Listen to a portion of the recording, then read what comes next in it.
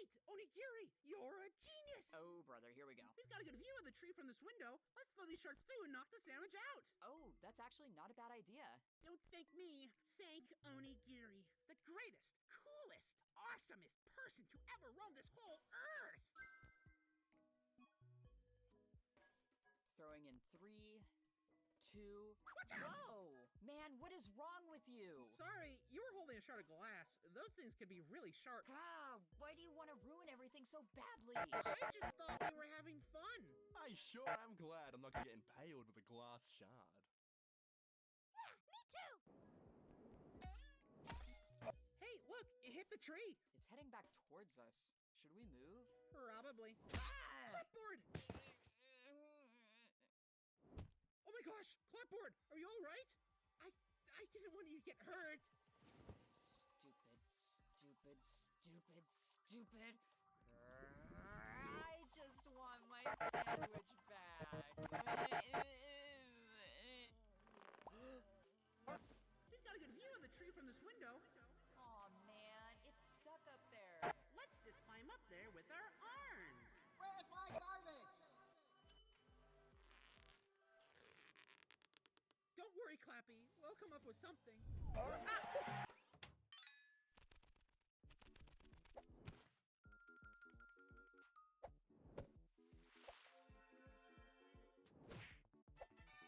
Onigiri, you did it! I thought I lost the sandwich forever. Yay for Onigiri! Yay, It's all thanks to yay! you, Onigiri. Good job! You saved the Hooray! day. Oh well. I give up. End scene.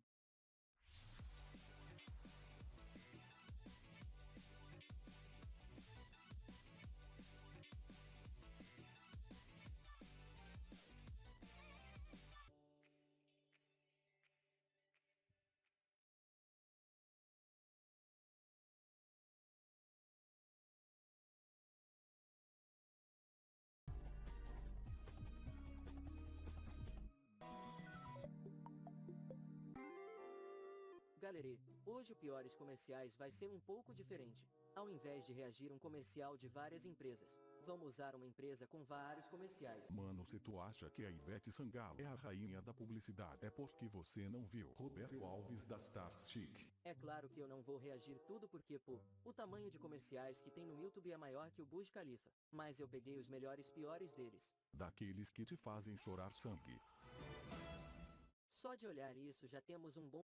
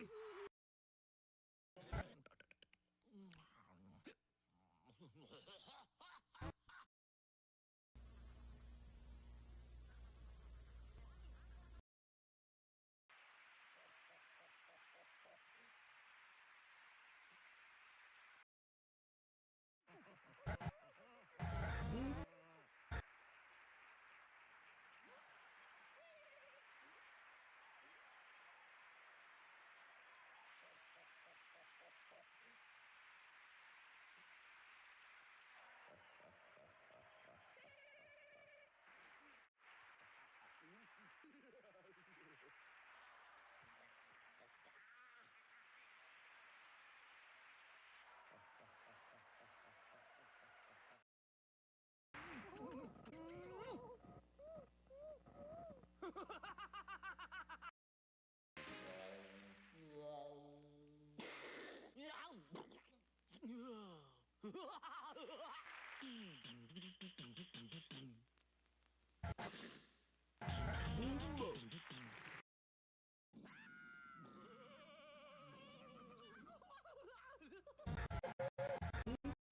sais, Daniel, je suis très heureuse de co-animer avec toi ce soir. Pour ma part, en tout cas, c'est vraiment tout un honneur. Hein. Ah C'est un peu comme si je jouais au hockey avec Maurice Richard. Ou, J'ai Ligue majeure du rire à Juste pour rire, samedi 19h.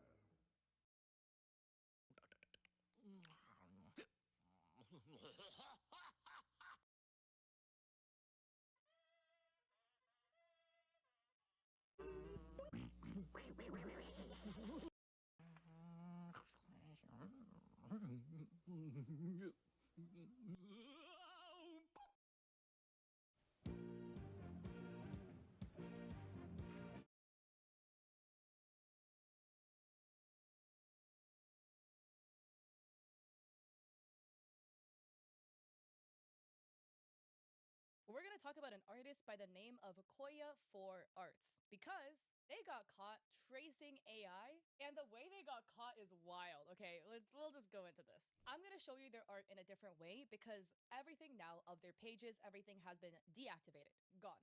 Okay, but this is an example of their artwork. You can see they make very chibi, very cutesy style art. They tend to feature this red panda character a lot in their artwork. So here is an example of their art. Another example of their art, the red panda with a frog. Another red panda kind of like frolicking through some mushroom forest. They also do chibi art as well. So if you look at their artwork, you know, their artwork has like a very chibi-esque style. But if you ever have seen AI chibi art, their artwork looks pretty similar. Here are some examples of AI generation for red panda chibis. Now, don't go generate this stuff on your own. This is already what Google pulled up. I'm only showing you this as an example to what people were saying about their artwork. Because people were basically saying that their art resembles the AI chibi style a lot. And this is what the AI chibi style looks like, roughly. Again, we have to take into account the fact that with chibi art, whatever, like any art in general, AI steals from human artists. So there is obviously a chance, a likelihood that a person actually made the artwork and AI stole from them, and then there's nothing you could do about it. One way that I could explain it is there was a Pokemon art contest where the artist was accused of using AI, but it's because the AI actually trained off the artist's work. So do you feel like that? So I do want us to take that into account. Now, let's take a look at some videos of their art. We have here posted by Throw Away a Table or something like that. And the video is titled More Evidence That Koya4Arts might be using AI. I'm gonna mute it. The basically OP is stating that they have inconsistencies in their art style where some pieces do kind of look like they were drawn by a person. They have errors that were made, whatever.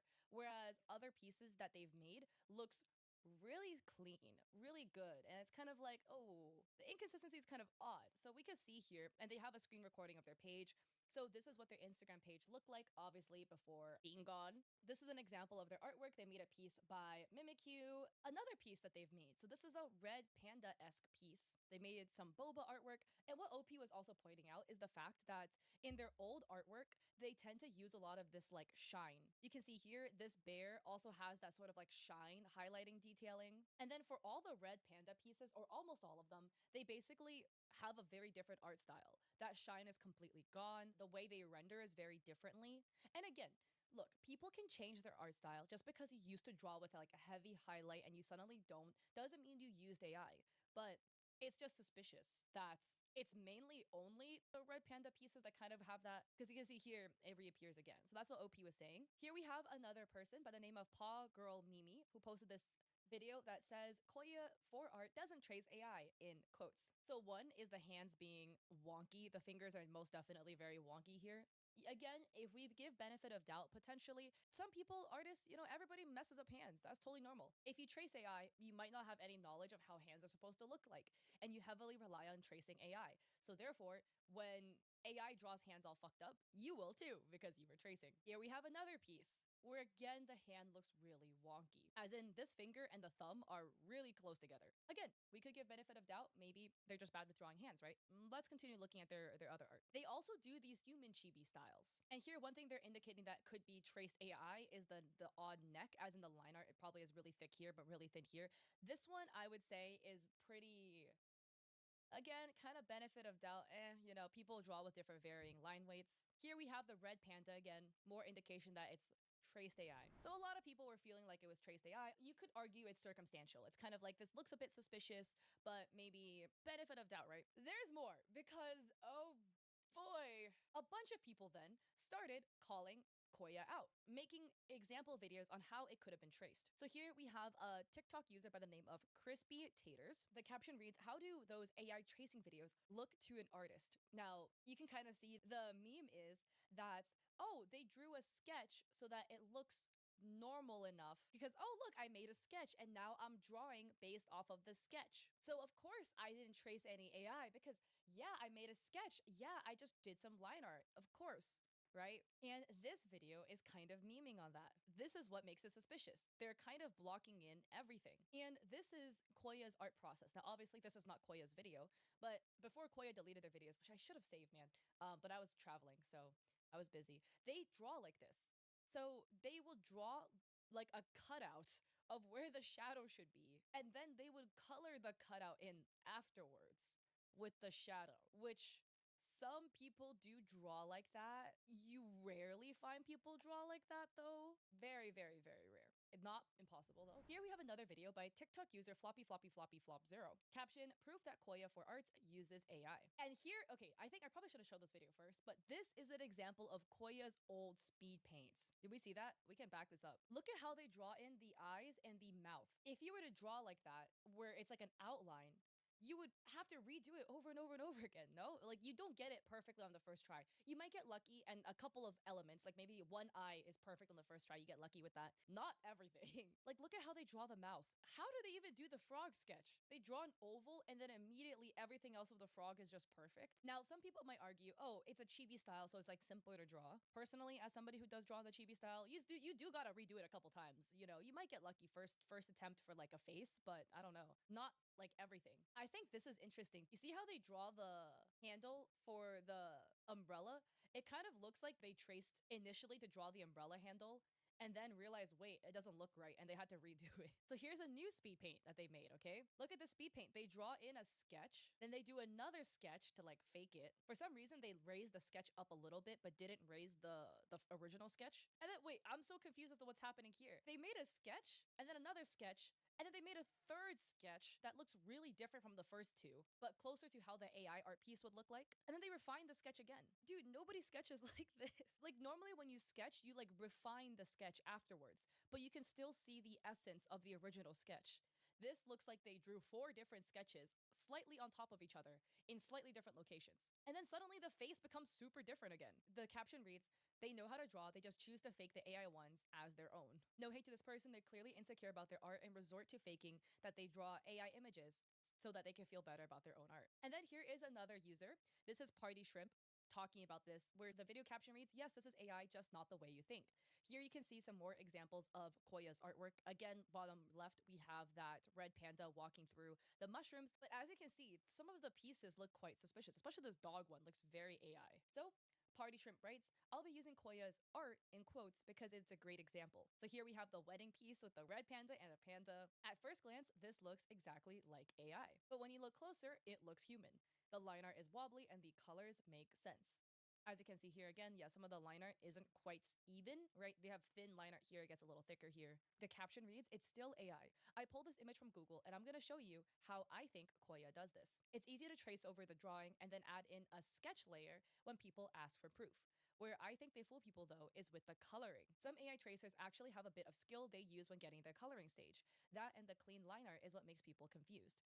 They can use this for proof by showing speed paints and layers. And here we have examples of some art layers. What makes the deception harder to spot is because a human is actively checking for indicators that it's AI and removing them. So some indications it's AI is the really yellowy tint. If you guys don't know, a lot of AI generated pieces make the art very yellow. Weird hair, strange body proportions. Whereas with the faked hand-drawn piece, you can change elements to make it look more normal. Like, not picking a lot of yellow colors, for instance, altering hands so that you add one extra finger. This hand has 4, but you can draw in 5 fingers. So other things to look for are composition, misconstrued line perspectives, hands, and eyes. And they add, thanks for reading, guys, AI is bad. We have the nail in the coffin, guys. If you were skeptical up until this point, let's take a look at this. So from my knowledge, and I could be wrong because they've wiped everything, they had a VGen where they were offering commissions to draw a chibi version of you. And this is a speed paint they uploaded of an art piece. Don't send hate to the person.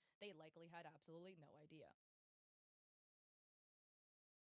Whoa, whoa, whoa, whoa, whoa, guys, what was that? What was this that we just saw here? And the caption reads, quote, Koya doesn't trace over AI images, end quote. And also this was posted by ShareBB. What is that in the background? Could this be an AI image they were tracing that they forgot to edit out of their speed paint? Oh boy. So if you were skeptical up until this point, they were caught red-handed by tracing AI with the piece in their speed paint. And as a result, on VGen, they were suspended for violating VGen's terms and policies. They've deactivated across the board on all of their social media pages.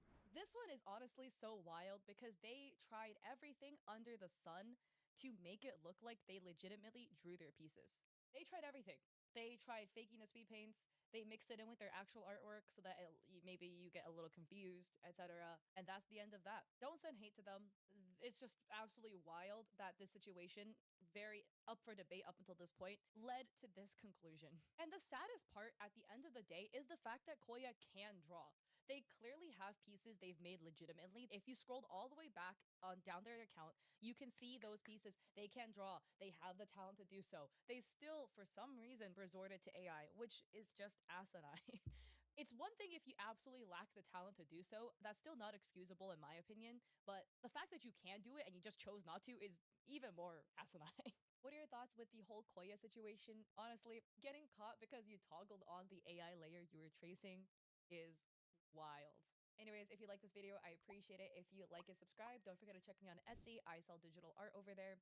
And I also have a copy with free resources for streamers and creators. And I also stream on Twitch 3 days a week, Mondays, Wednesdays, and Saturdays at 6 p.m. PST. So hope to catch you guys there or in another video.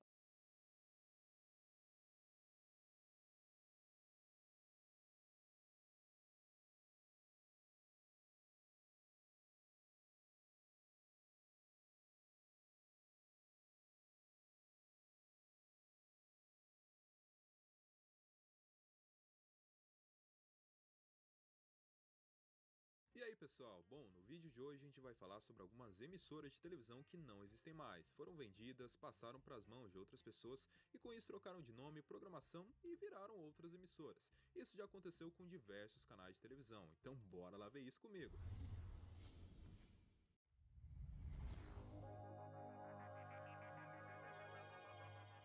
E o povo gaúcho sente uma saudadezinha danada da TV Guaíba. Já falamos dela há muito tempo atrás, eu lembro desse vídeo, e o diferencial é que a Guaíba se orgulhava por ser um canal aberto e independente. Muito raro achar uma emissora independente que nunca foi afiliada de nenhuma rede. A Guaíba tinha uma programação voltada para a grande Porto Alegre, falando sobre assuntos culturais, esportivos e jornalísticos, além de femininos, e abriu muito espaço para conteúdo independente. Na década de 90, a Guaíba chegou ao 3º nível em faturamento e também em audiência. Durante o período em que ficou no ar, se destacou com programas como Cadeira Cativa, Câmera 2 e Guerrilheiros da Notícia.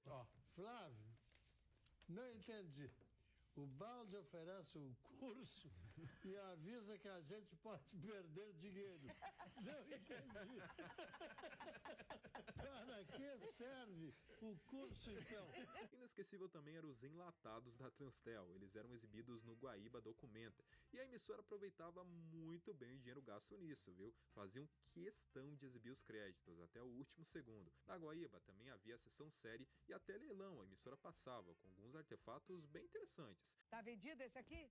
Vendeu, não temos mais. Olha, esse aqui também já foi vendido, ó. Vendido. Inesquecível também era a música, a gauchinha Bem Querer do Tito Malte, que abria e fechava a programação.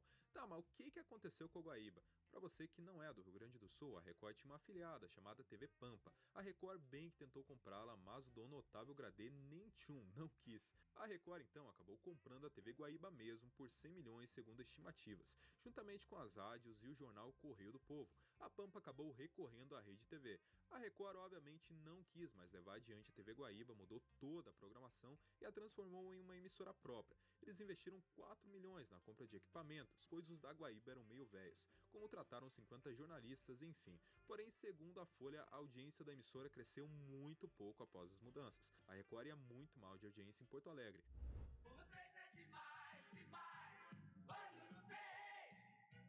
Aqui no 3 você encontra o jornalismo verdade da voz do povo. Entrevista com gente que é notícia no plural. O humor de Bastinha pra vocês.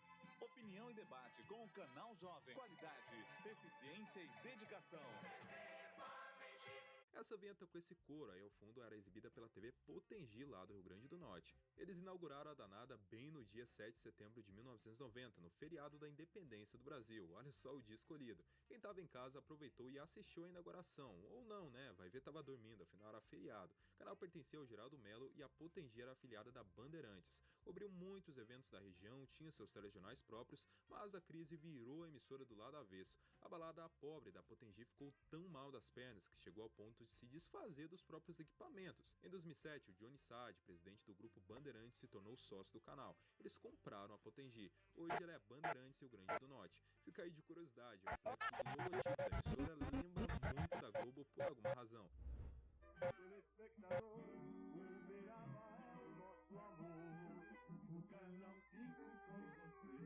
E a melhor programação de TV.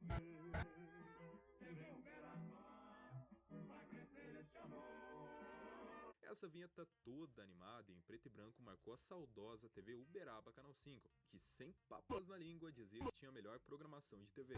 Só pra constar, o mascote da emissora era um boi. A nossa Uberaba entrou no ar em 9 de junho de 1972 e antes do início das transmissões abriram um concurso para contratar os funcionários. Muita gente aprendeu a fazer televisão na prática mesmo e na época, meu amigo, havia pouca tecnologia. Imagina só os perrengues que esse pessoal não passava. Pela TV Uberaba o povo se informou com os noticiários, viu inúmeros jogos de futebol e a criançada assistiu vários programas infantis. A emissora tinha uma programação bem diversificada e exibia programas da TV Tupi, da qual era afiliada. Os diários associados tinham cotas da TV Uberaba, mas não era a maioria. Tá, mas o que aconteceu com a emissora? O boi virou sopa. Como a TV Tupi faliu em 1980, a Uberaba se afiliou à REI, Rede de Emissoras Independentes, e ainda foi afiliada do SBT e da Manchete. Ela acabou sendo vendida para o empresário Ney Martins Juqueira e passou a operar no Canal 7. Em 1987 mudou o nome para TV Regional e muitas mudanças foram feitas na programação, mas sem abolir o conteúdo local. Em 2003 deixou a Rede TV, da qual era afiliada, para ir para a Band.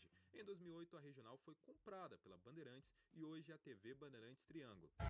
Rede Mulher, essa aí nem precisava explicar para qual público a sua programação era direcionada, né? A Rede Mulher iniciou sua jornada em 8 de agosto de 1994 e foi uma das emissoras de TV aberta com programação voltada ao público feminino.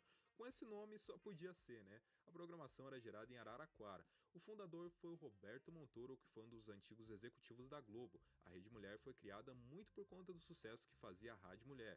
Mas a ideia não deu tão certo assim. A emissora funcionava em estúdios pequenos e tinha uma baixa audiência desde sempre, né?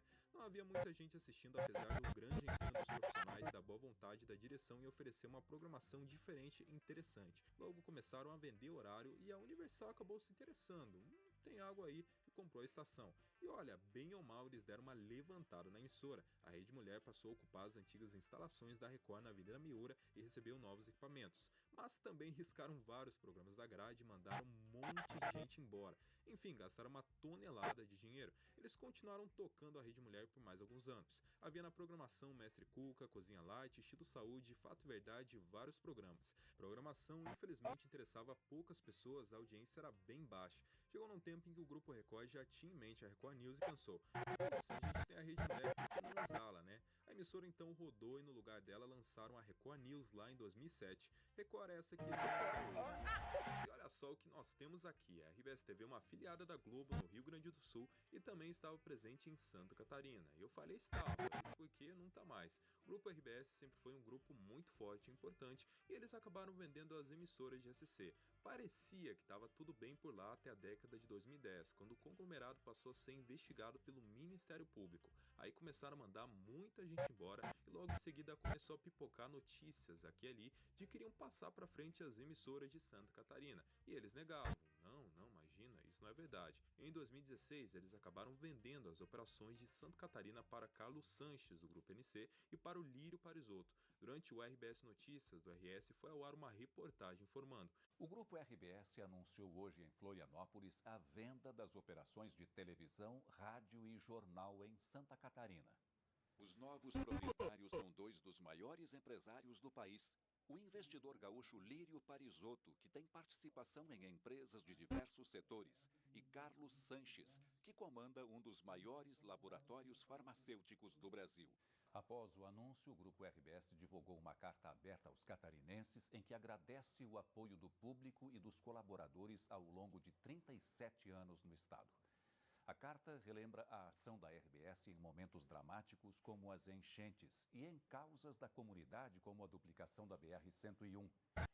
Em um comunicado, a RBS informou que concentrará suas atividades de mídia no Rio Grande do Sul, estado onde nasceu. Então, nesse processo de venda, a RBS-SC foi aos pouquinhos ali deixando de fazer menção ao próprio nome RBS.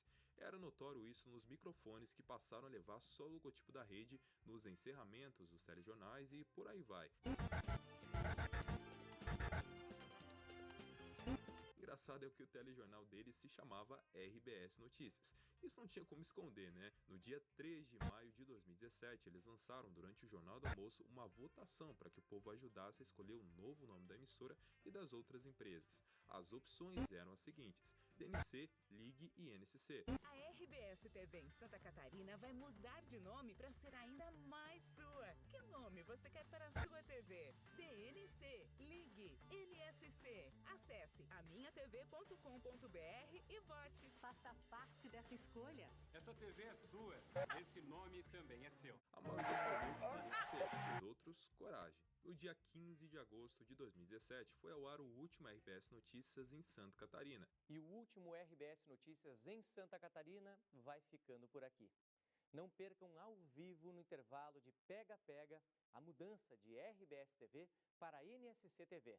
E amanhã a gente se vê logo após a novela Novo Mundo, com a estreia do NSC Notícias, cheinho de novidades. Uma boa noite a todos e até amanhã.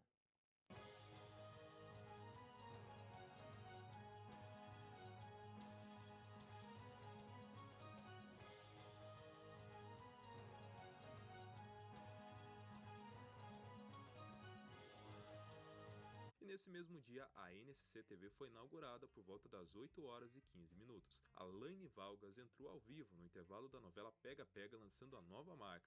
A inauguração contou com a presença do dono do Grupo NC e do Grupo Globo, Roberto Denil Marinho, e entre outros executivos de renome. Boa noite, Santa Catarina. Eu peço licença para dividir com você agora, onde acontece neste momento o evento que marca oficialmente a chegada da NSC TV. A nossa Santa Catarina, que você aí de casa ajudou a escolher como nome da sua TV.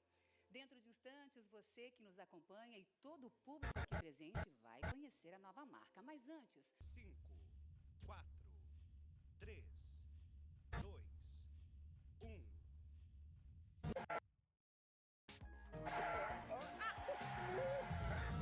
SC TV. Tudo que move a gente.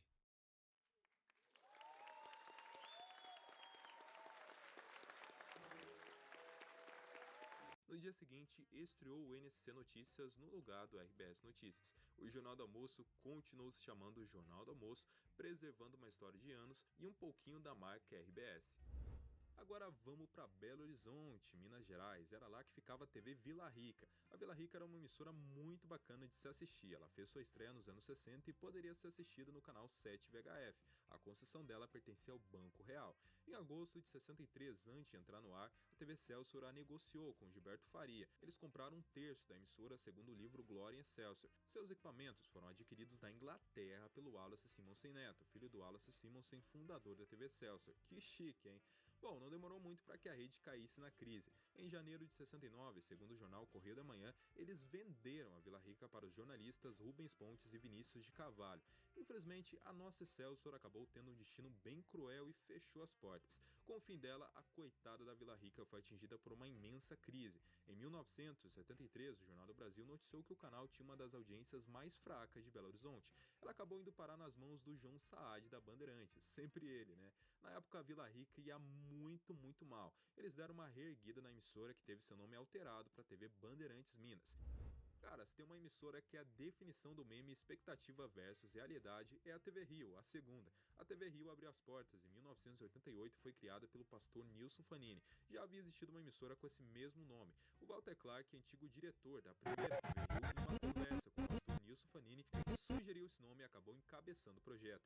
No papel, a TV Rio seria uma coisa, mas na prática foi outra. A emissora não tinha como dar certo, porque não tinha dinheiro suficiente para fazer nada. A Rio começou a transmitir com vários problemas e pegando em poucos lugares. A programação era dominada por radiais, clipes enlatados, além de programas jornalísticos. A TV Rio demitiu diversos funcionários com menos de um mês no ar. A situação só melhorou um pouco quando o Nilson se associou ao Musso Ataíde e comprou boa parte da emissora. Houve mudanças internas e a programação foi reformulada, mas a péssima audiência continuou. A TV Rio acabou virando afiliada da Record, que logo passou a ser dona da totalidade de suas ações. E esse foi o nosso vídeo de hoje sobre algumas emissoras que viraram outras. A gente esqueceu de alguma? Então deixa aqui nos comentários que quem sabe a gente faz uma parte 2. E esperamos que vocês tenham gostado. Se sim, deixa um gostei bonito aí embaixo e até o próximo vídeo. Tchau!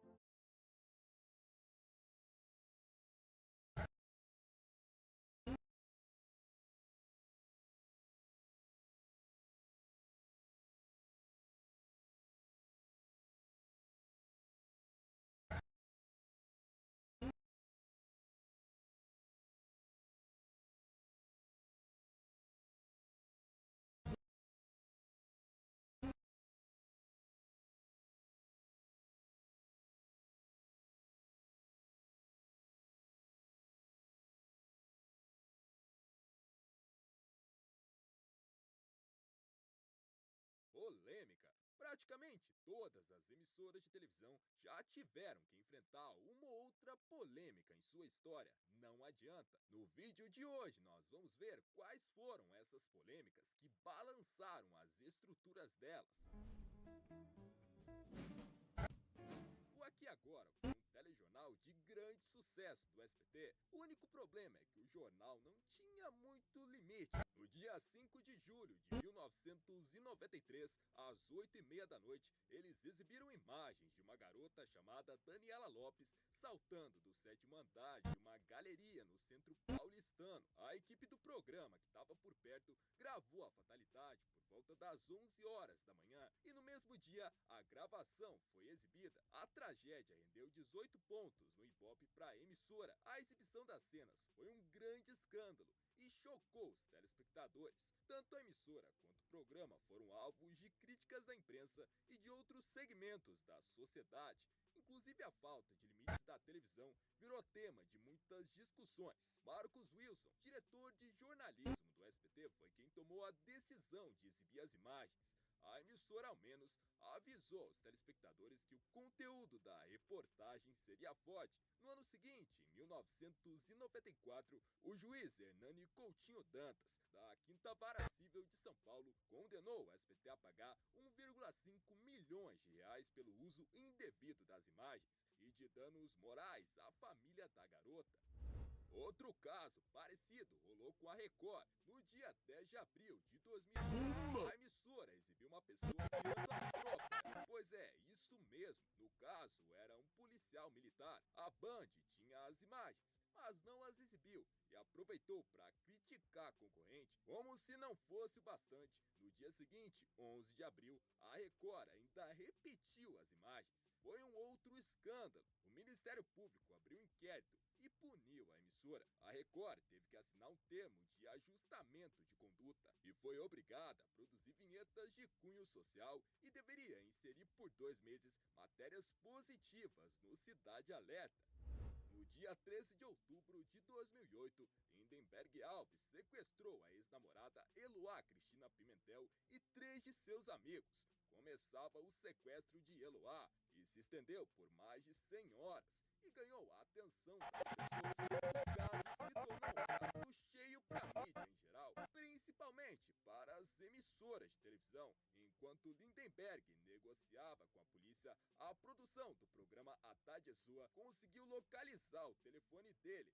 Lindenberg atendeu e aceitou falar com o repórter Luiz Guerra. Sou da Sônia Abrão, repórter da Sônia Abrão, a gente só tá em nome da sua família, porque sua mãe está desesperada e quer saber se está tudo bem, só isso. É repórter? Isso, filho, a gente tá querendo saber se está tudo bem com você, nossa preocupação é com você. É da onde? Da Sônia Abrão? Isso, da Rede TV. Tá tudo bem com você, filho? Tá tudo bem, peixe. Querido, como é que tá Eloá, vocês dois, tá tudo tranquilo aí? Ó, vocês estão ao vivo aí? Não, querido, pode acreditar, estamos aqui só conversando com você e se você quiser... Tá, porque é o seguinte, se você estivesse ao vivo, você ia ver aí que ela acabou de aparecer e dar sinal de joia. Em seguida, no dia 15 de outubro de 2008, Sônia Abrão acabou entrevistando o sequestrador ao vivo, interferindo de forma direta nas negociações. Afinal, a polícia não conseguia entrar em contato com Lindenberg, pois Sônia estava bloqueando a linha. A sua irmã que tá desesperada, falando bem de você pra todo mundo entendendo que você sempre foi um cara legal. É que ninguém entende o que passou pela sua cabeça, mas por enquanto você não tem ninguém, quer dizer, dá tempo de isso na boa, Lindenberg. Você não é do mal, você nunca foi. Então por que a situação tá chegando a esse ponto agora? Tanto a Sônia quanto a Rede TV tiveram que lidar com uma chuva de críticas. Ela foi acusada de ter agido de uma maneira totalmente irresponsável e ter atrapalhado as negociações.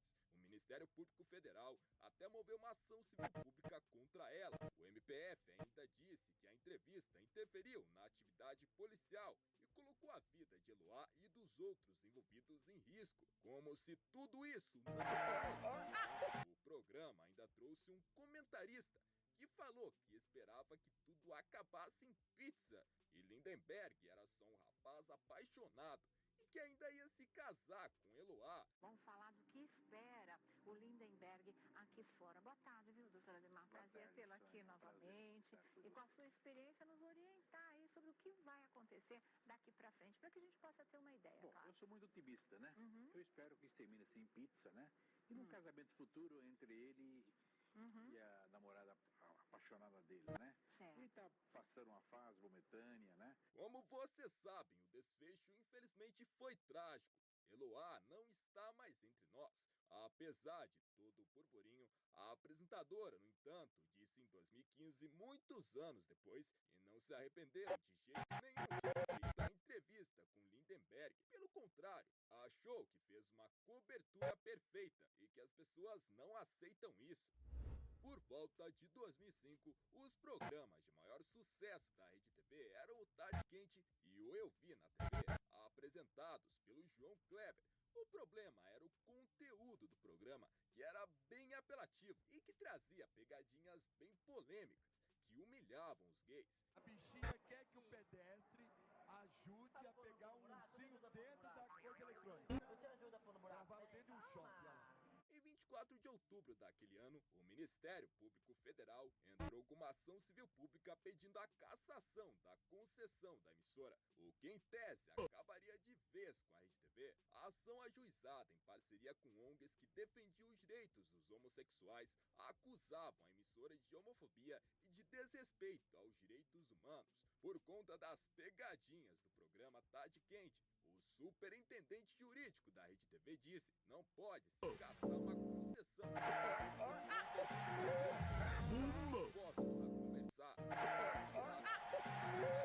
necessário. No dia 7 de novembro do mesmo ano, João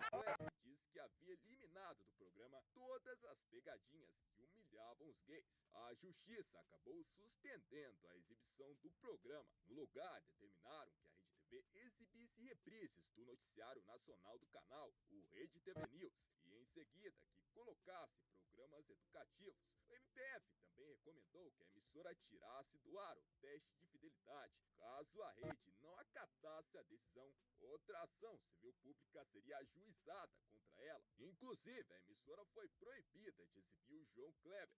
Se caso fizesse isso, teria que pagar uma multa de R$200 mil por dia. A Rede TV, ao invés de reprisar o jornal, colocou no lugar de reprises do filme da luta. Foi a gota d'água. A justiça determinou que a rede saísse do ar por 48 horas. A Polícia Federal, no dia 10 de novembro de 2005, lacrou o transmissor da emissora que ficava no Sumaré. O sinal da rede foi cortado. A Anatel também tentou lacrar o centro de exibição da emissora em Barueri, mas não conseguiu entrar no prédio. A Rede TV teve um prejuízo enorme por ficar fora do ar e teve que fazer um acordo para que seu sinal pudesse ser reestabelecido. Prometeu andar na linha, assinou até um compromisso de eliminar o conteúdo preconceituoso a homossexuais e se desfazer do tom erótico e das brigas encenadas no tal teste de fidelidade do Eu Vi na TV. João Kleber sofreu as consequências, acabou sendo demitido da emissora e só voltou ao ar muitos anos depois.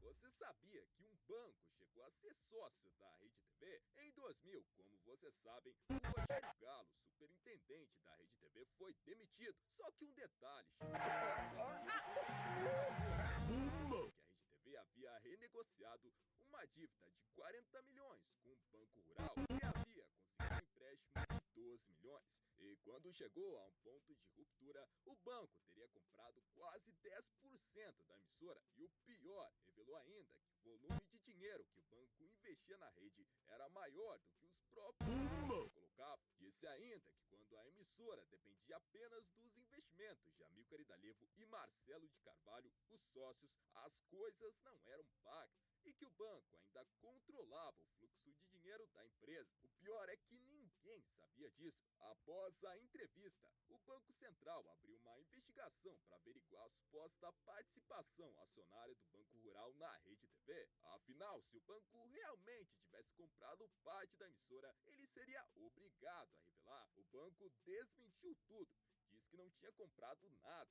Os donos da emissora também negaram. Porém, em 2003, a Folha de São Paulo obteve um documento oficial do Banco Rural que provava de uma vez por todas que o banco era sócio da Rede TV. Aí não teve jeito. Em seguida, o Banco Rural acabou admitindo que transformou as dívidas em ações.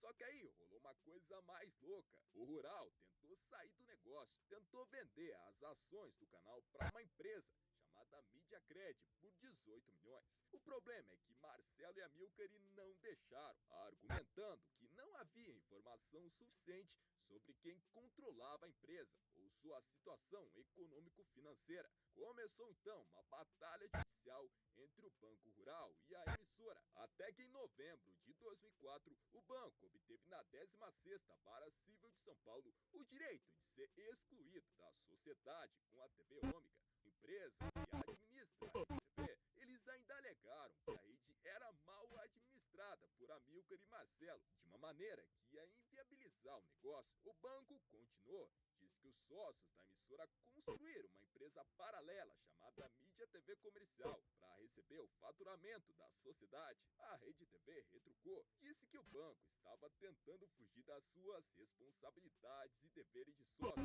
e disse que o negócio era totalmente viável. O banco não existe mais nos dias de hoje. Ele foi liquidado, mas o crédito da emissora foi comprado por outro grupo chamado Petroforte, que também faliu. Os problemas da Rede TV com o Banco Rural se arrastam até hoje na justiça. Por uma dívida de 137 milhões de reais, a justiça chegou a bloquear os bens dos donos da emissora em 2020. No dia 17 de outubro de 2004, algo inacreditável aconteceu. Durante o programa Jogo da Vida da Band, apresentado por Márcia Goldsmith, um homem invadiu o estúdio com 38. Ele ficou 6 minutos no ar, conversando com a apresentadora. A primeira rádio a tocar foi a Band FM. Que isso?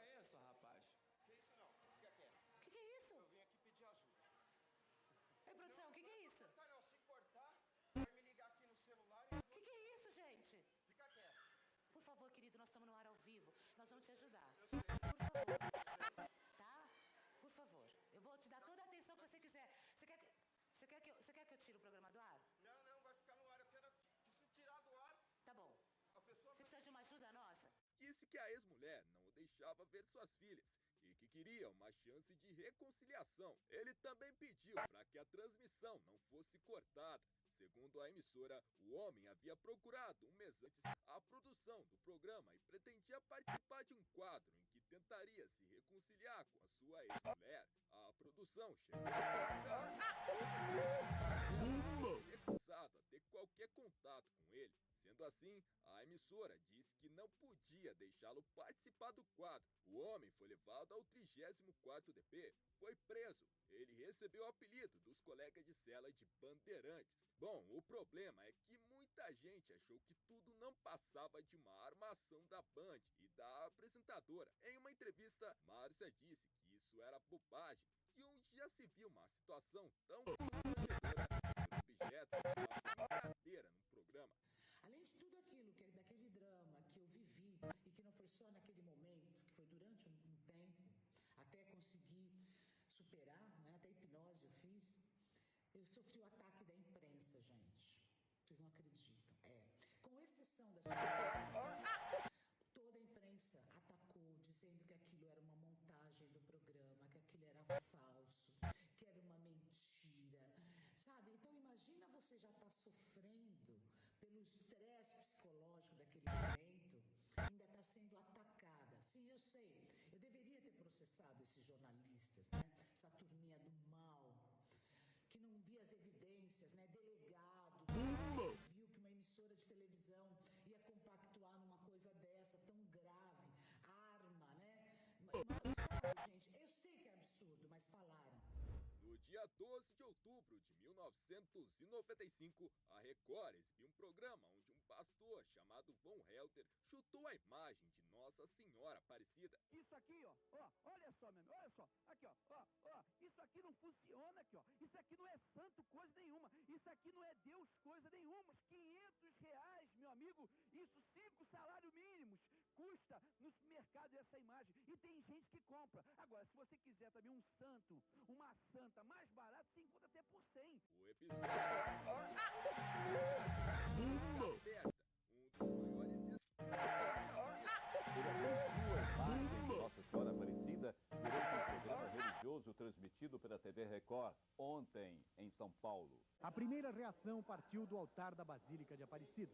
Na homilia de ontem, na missa da padroeira, Dom Aloysio Lorscheider se queixou da falta de cortesia e exigiu respeito ao símbolo católico. Agora, temos gente que insulta Maria, que zomba de Maria.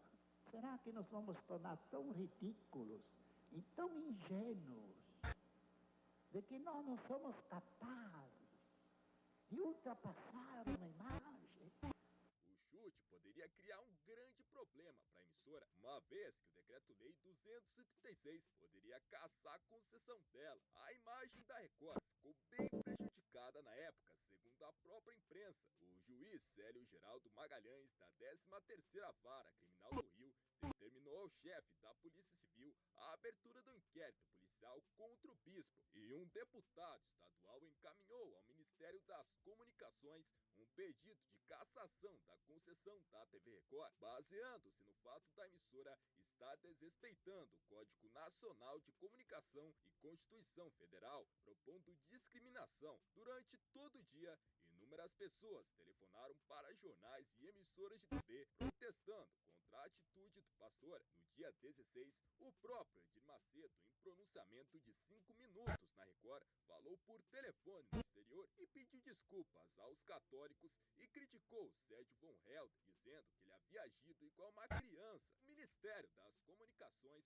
abriu uma sindicância para apurar se o pastor havia cometido uma ilegalidade, e os técnicos continuavam estudando na Constituição, no Código de Telecomunicações e Código Penal para rever a renovação da Record. A situação ficaram perplexos com a insanidade do pastor e ficaram até constrangidos em andar nos carros identificados pelo símbolo do canal. Bom, ela disse em entrevista à Veja que só queria mostrar que a estátua era de gesso, pediu perdão se havia ofendido alguém e acusou a Globo de ter o transformado em um monstro. E esse foi o nosso vídeo de hoje. Se você curtiu, deixe um gostei bonito aí embaixo e não se esqueça de se inscrever no canal.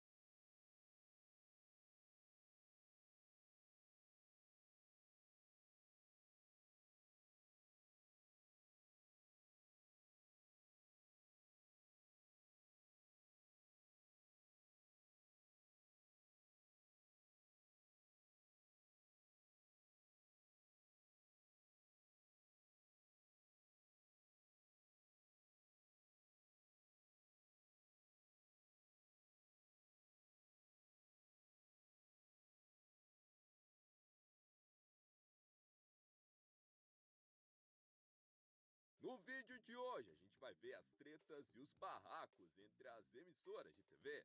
Bora! No dia 19 de novembro de 2003, algo bem bizarro aconteceu. Datena chamou o link do helicóptero da Band, mas do nada entrou imagens de outra emissora, no caso da Rede TV. Simplesmente a Band revelou que andava espionando a Rede TV. A Folha fez uma reportagem sobre essa falha e ouviu técnicos e jornalistas que relataram que vinha se tornando comum a espionagem por parte de canais de rádio e de links.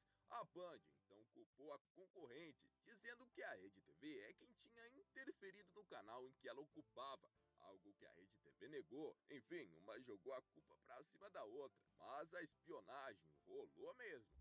A concorrência entre a Record com Cidade Alerta e a Band com Brasil Urgente também era ferrenha. Em abril de 2003, a Record começou a sacrificar anunciantes.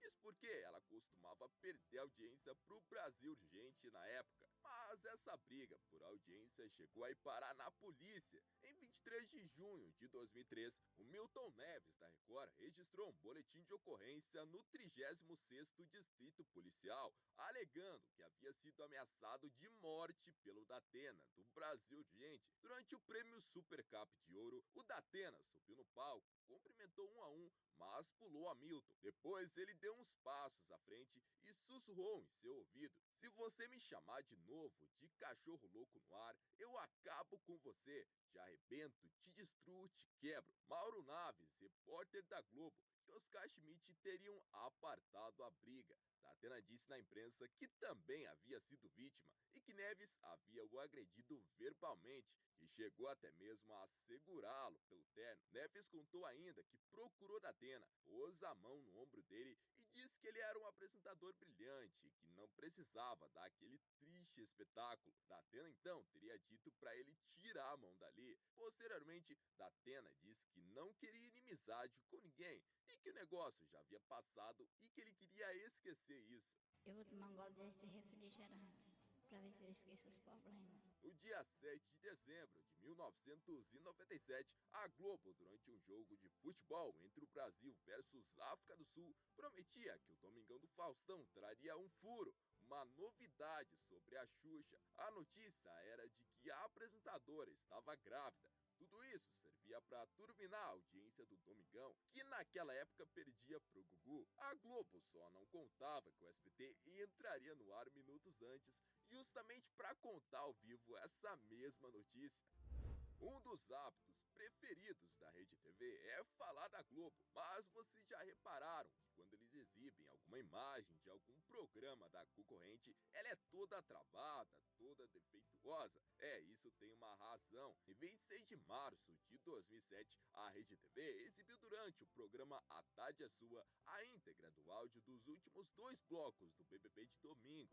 Para dar uma disfarçada, a emissora congelou as imagens. A Globo não gostou nem um pouco da atitude da emissora e passou a tarde inteira discutindo providências contra a Rede TV, contra a pirataria. Como se tudo isso não fosse suficiente, a rede ainda exibiu em primeira mão imagens de uma gravação de Paraíso Tropical. Foi então que a Globo entrou com um processo contra a Rede TV e conseguiu uma liminar em outubro de 2007 que proibia a emissora de exibir qualquer imagem do BBB. A Globo foi além.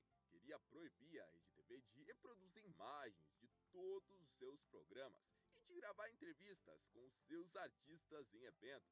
Isso seria um grande problema, afinal a rede depende muito dos programas produzidos pela poderosa. A Globo ainda tentou impedir a concorrente de comentar e divulgar qualquer informação sobre suas obras. No entanto, em janeiro de 2008, o juiz Sérgio Ricardo de Arruda Fernandes acabou negando a Globo a liminar. Até então, a Rede TV pode falar da Globo à vontade, desde que dê uma travada aí nas imagens. Em janeiro de 2003, a Rede TV declarou guerra à Record e fez algo bem bizarro para estimular seus artistas a ganharem dela. A emissora prometeu pagar cerca de R$20 mil como prêmio para as equipes dos programas que conseguissem ganhar dela no hip hop. Em Inclusive, esse prêmio se chamava Bônus R, Bônus Record. A meta da Rede TV era ultrapassá-la. Nesse mesmo ano, o Datena, no Repórter Cidadão, e Ney Gonçalves Dias, no Cidade Alerta, se atacaram. Belo havia sido acusado de ter colaborado com o tráfico de entorpecentes e acabou tendo sua prisão decretada. Ney acabou exibindo uma reportagem onde anunciava que Belo tinha se entregado à polícia. Em seguida, chegou a divulgar que ele havia desmaiado e estava em coma no hospital.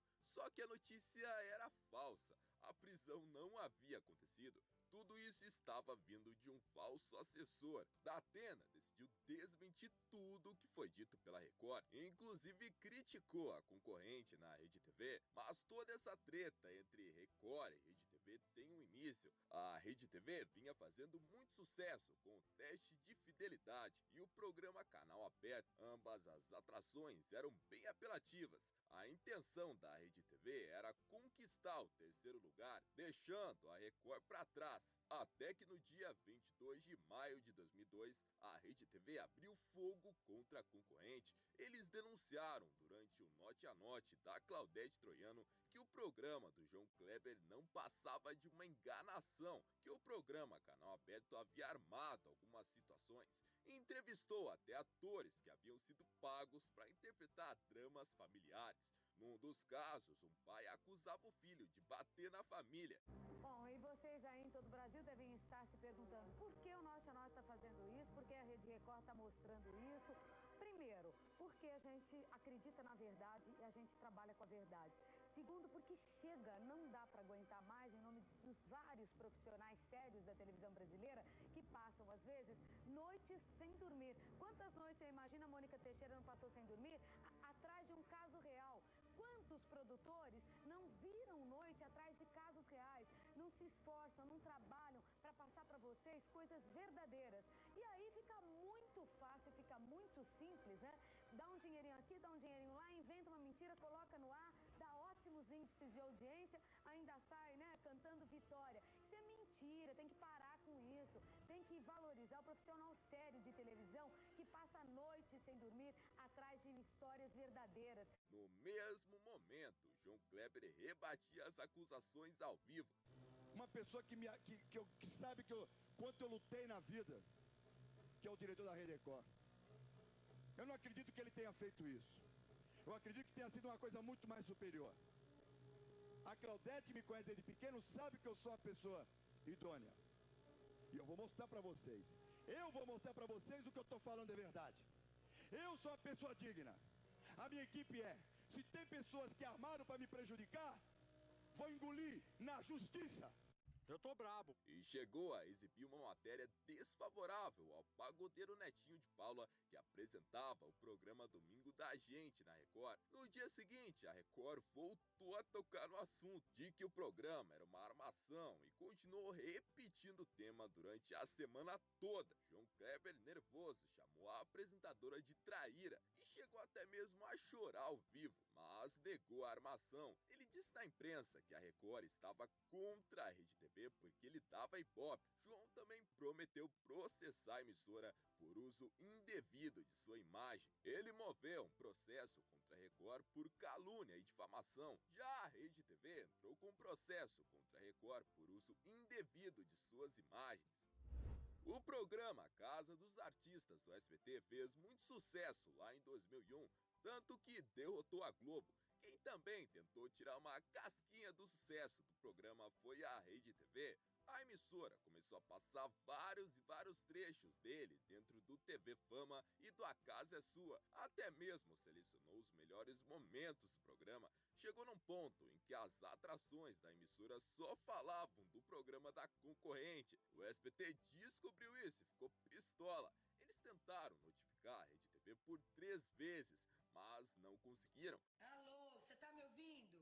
Até que em novembro do mesmo ano decidiram registrar uma queixa-crime contra a emissora, acusando-a de reproduzir indevidamente as imagens do programa, ou seja, pirataria. O melhor é que o dono da rede, Marcelo de Carvalho, disse que não estava nem aí e que ia continuar exibindo as imagens imagens do programa da concorrente. A briga esquentou quando instauraram um inquérito policial para apurar a eventual violação de direitos autorais. A Rede TV e o SBT acabaram fazendo um acordo e a treta terminou. Acredite se quiser, mas em 2003, o Bola do Pânico chegava a contar os finais dos filmes que a Globo e o SBT iam passar. E não somente isso, ainda debochavam deles. E agora vamos ao final dos filmes. Vamos lá. SBT, Sessão das 10 hoje, alta velocidade. Exatamente. Stallone. É ele mesmo. Esse aqui, ó. Isso, eu vou te falar que é ruim, mais ruim que quando eu fui ver no cinema, eu saí na metade, eu fui embora, nem fiquei no filme. Mas é o seguinte... Você foi embora? No meio do filme eu fui embora, porque esse é um carro voando, ele voa uns 15 segundos, assim, mais ou menos. Mas o filme, pra variar, o mocinho, o que é? É a última a prova da Fórmula Kart. O mocinho, ele ganha, se torna campeão. O Stallone, ele chega em terceiro com a suspensão quebrada, mas andando na boa. Certo. A suspensão arrebenta, mas ele vai, beleza, correndo com o carro. Você vê o final do filme, que ótimo que é. Muito bem. E é o seguinte, vamos agora ao final dos filmes. Aí está o Bola. Esse Betoca, esse aqui nós já falamos, é repeteco de novo. Hoje. Tem 2 meses atrás nós falando, é aquele que o Steven Seagal morre no meio do filme. Isso. Ele não chega nem no final, ele já morre. E o bonitão, o herói, ele mata todos os sequestradores e nunca tinha entrado num avião, mas pousa o avião e salva todo mundo. Momento crítico esse hoje, é repeteco, 10 da noite, repeteco. do Sistema Brasileiro de Televisão. Horrível. E agora, para você não perder seu tempo, vamos dar também o final do filme da Rede Globo. Tela quente de amanhã. Ah, o da Globo hoje é ruim de novo? É demais. Mas é ruim demais. Bom, mas esse filme também é uma porcaria também. É, outra droga. Porcaria. 2 porcarias. Olha que porcaria, olha. Quando a Mix TV estreou lá nos idos de 2005, o desejo do dono da emissora era justamente concorrer com a MTV. Em seu primeiro mês, a emissora conseguiu desbancar sua rival no Ibope, obtendo média de 37 mil telespectadores contra 23 mil da MTV. A MTV, no entanto, não perdeu a pose. Diz que a Mix já tinha essa audiência com os programas de televendas antes de estrear a faixa jovem. Alegou ainda que sua audiência era muito mais qualificada, com alcance nacional e que tinha quase o dobro da Mix, o que realmente importava. A partir daí começou uma inimizade entre as duas emissoras. Tanto que em outubro de 2006, a MTV Brasil foi lá e acabou denunciando a Mix TV, acusando a rival de não pagar os direitos de execução das músicas ao ECAD.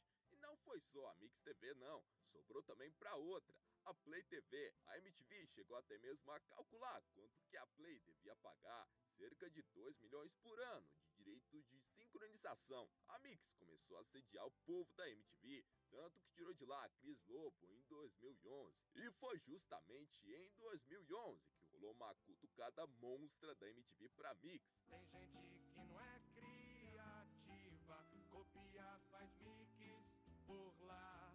Extremamente uma safadez oculta. O SBT estreou em 2004 o programa Cor-de-Rosa, apresentado pelo Décio Pitinini e pela Silvia Bravanel. O formato era bem parecido com o do programa de fofocas TV Fama, inclusive parte da equipe era a mesma. A Rede TV não parece ter gostado muito da decisão do SBT de criar um programa parecido com o dela e decidiu alfinetar a emissora do Silvião. A emissora vinculou um anúncio dizendo: tem sempre alguém querendo copiar quem faz sucesso, e ainda mandou um monte de indiretas, inclusive pra cima dos antigos diretores do programa, como a Cássia Dian. Ela, junto com outro diretor, acabou processando a emissora por danos morais pela propaganda. O Marcos Mion fez muito sucesso lá na MTV, onde fazia os piores clipes do mundo. Ele acabou indo pra Band em 2002 para apresentar o programa Descontrole. Até aí tudo bem. O problema é que o programa contava com 2 quadros bem parecidos com os que o Mion apresentava na MTV. No primeiro, o Mion apresentava falhas dos clipes e igual fazia nos piores clipes do mundo. No outro, imitava roqueiros. Igual no Micom, a MTV descobriu e decidiu processar a Band. Mas o pau comeu mesmo, foi no dia 6 de março de 2002, quando advogados foram à Band e conseguiram invadir a emissora com um oficial de justiça para entregar uma situação judicial. Na noite daquele dia, a Band, para provocar, exibiu toda a ação e colocou ainda a legenda: Grupo Abril tenta tirar a Band do ar. A Band não falava nada sobre o plágio, mas a partir do dia 7 de março de 2002, os quadros foram suspensos. A MTV chegou a preparar um dossiê de 50 páginas. Após um longo embate judicial entre as duas emissoras, em fevereiro de 2003, a Band foi condenada em primeira instância por plágio. O juiz determinou ainda que a Band e o Mion pagassem uma multa de 1.000 salários mínimos por danos morais e 50 mil por multa contratual, e ainda o repasse à MTV da receita publicitária obtida pelo programa durante o período em que os quadros ficaram no ar. Em 1995, a Globo anunciou que exibiria uma reportagem sobre o vírus Ebola. No dia 10 de junho de 1995, o SBT exibiu às pressas um documentário sobre o mesmo vírus. Um dia antes da Globo exibiu dela. Com o especial, o SBT garantiu um pico de 18 pontos. Tudo pra ferrar a Globo. No dia 2 de setembro de 2002, um comunicado dos mais estranhos tomou conta dos intervalos comerciais da Record. A emissora se comprometia a produzir atrações de qualidade e, ao mesmo tempo, descia o sarrafo para cima dos programas das concorrentes. A Rede Record de Televisão comunica à sociedade que, em recente reunião no Ministério da Justiça em Brasília, concordou em acatar a solicitação de respeito às leis de classificação de filmes e programas de TV, com exibição nos horários livres para todas as idades. A Rede Record cumpre a sua parte como sempre, mas espera que o mesmo Ministério da Justiça faça cumprir o que esta mesma sociedade reclama: programação de qualidade na televisão brasileira. Imagens apelativas de jovens seminus em programas de auditório nas tardes de domingo e nos diários vespertinos. Temas abusivos em novelas de grande audiência. Ensaios fotográficos explícitos com homens e mulheres em programas que se auto-intitulam jornalísticos.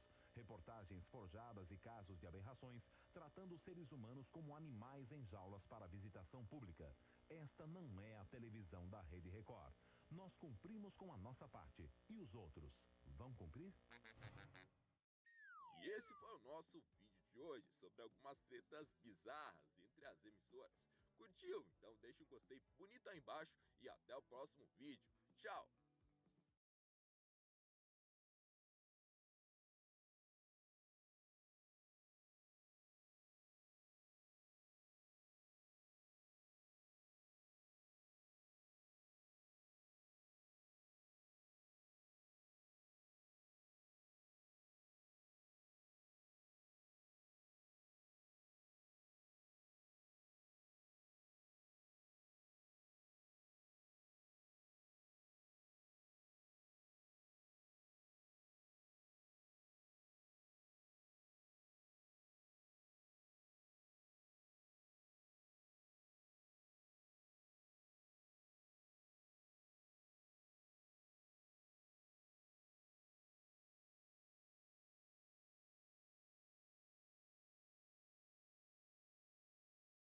YouTube poops. Where there's smoke, they pinch back. YouTube poops were, and still are, a cornerstone of YouTube's history. These nonsensical videos, remixing every aspect of a familiar scene of a show, movie, or gameplay video, have been mesmerizing to me since the late 2000s.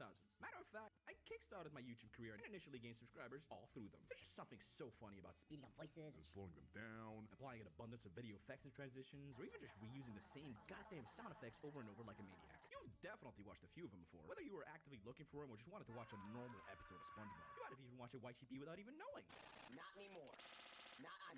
Am I glad he's frozen in there and that we're out here and that he's the sheriff? In this video, I'm going to be editing a YouTube poop in the year of our Lord 2024, because I wanted to see if this timeless art of editing perfectly good videos into an absurd mess really is timeless. Made YouTube poops back in the day, and now now I joined Oris in making these. I was thinking, when I did Meet the Spy, I felt bad that I didn't have enough time to do it, so I'm thinking maybe we finish this, so let's just watch what I had so far.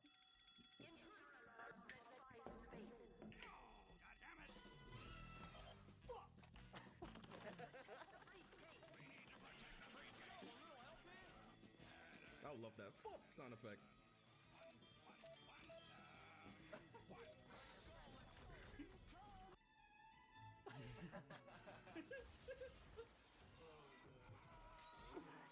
The enemy has taken our intelligence.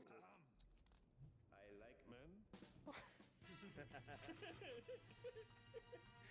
This was my most brilliant idea, just using the fact we didn't have time as a joke. I see the briefcase is the briefcase. Yeah, it is. Alert. The enemy has taken our intelligence. Okay, this one bugged because that was the last edit I finished before I had to render. That's it. That's all I could do. You know what? Let's get in on that. As usual, Adobe Premiere going hard out there. I will warn you guys, editing is boring. You'd have to be a sick fuck to watch all this. But besides that, here's a peer into the editing process. When I started this, it's like when you're reading a book, you have to do like homework on that book. You read and you work as you do it. The questions you're answering on the book are not gonna have the end of the book in mind. Back here, I didn't think I was doing Gay Spy. So you know what? Let's edit it to be Gay Spy. Gay Spy, all right, that's all the frames there is that show that. I'm gonna add an After Effects composition. Now, here comes the fun part. We're gonna mask it, baby. Yeah, that's fine, that's fine. Now, what font did I... Oh, no, I didn't even use a font. I just copied the L from Alert into there. You know what? Let's try to find TF2 fonts wiki, right? Because I know the wiki is so useful for these. All right, we're gonna try to find what font Spy is. Canova Nero? Perhaps? Spy from $4. Am I really buying a font for $4? I don't think that's the same one. Don't tell me it's literally just Arial. Oh my god, it might be. It's just Arial. Gay Spy, right? One thing we gotta do that's important, we have to motion track so that it sticks with the letters. Now, motion tracking is a process that usually takes some time. So, like, grab a bite. Okay, let's run it back, right? Run that back. Run that back. Run that back. Yes. Trust me, guys. It's moving. It's moving in there. It's moving. It's switching. It's moving. It's moving. Okay, it's going up. Oh. It actually tracks it vertically. Now we have a null object. So then now we can apply the transformation to the null object. And now, provided I have something here, and now this thing, when I'm pick whip it so that it follows the null object that we use a tracker on, and now it's gonna follow the thing, kind of.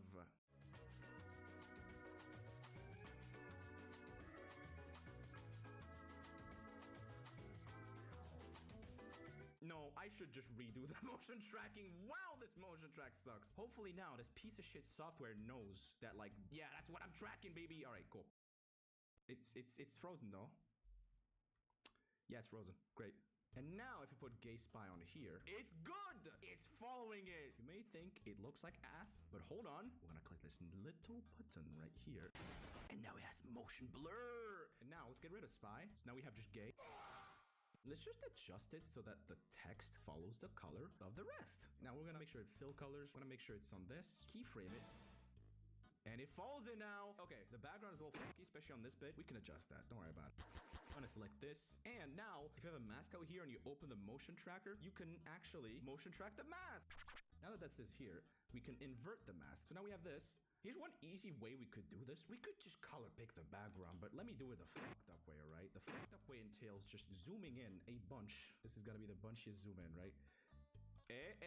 Tell me it's seamless. Tell me it's seamless. Tell me it's seamless. It's not seamless, but you know what? Whatever. We successfully spent 30 minutes on one edit. You know what? Fuck it. I'm not gonna spend more than that on this. Now, the second body edit, the audio. We're gonna go to TF2 Wiki and look up the announcer responses, and we're gonna find something that says gay. Let the game. Oh, okay. Is there a better gay voice line? The game is tied. Hold on. That might be good. Okay. Listen to this. Listen to this. Okay. Also, pretty sure she says spy bots in a VM. Okay, spy space. That's not bad. Okay, spy space. That blends perfectly. That blends perfectly. I'm not motion tracking this one. No. Should I motion track this? I should motion track this one. Okay, it's gonna be quick. It's gonna be quick. It's gonna be quick. Okay, it is immediately whack. You know what? Whatever. I'm not gonna need that much precision. I'm not a movie maker. All right, sure. Hell yeah. Hey!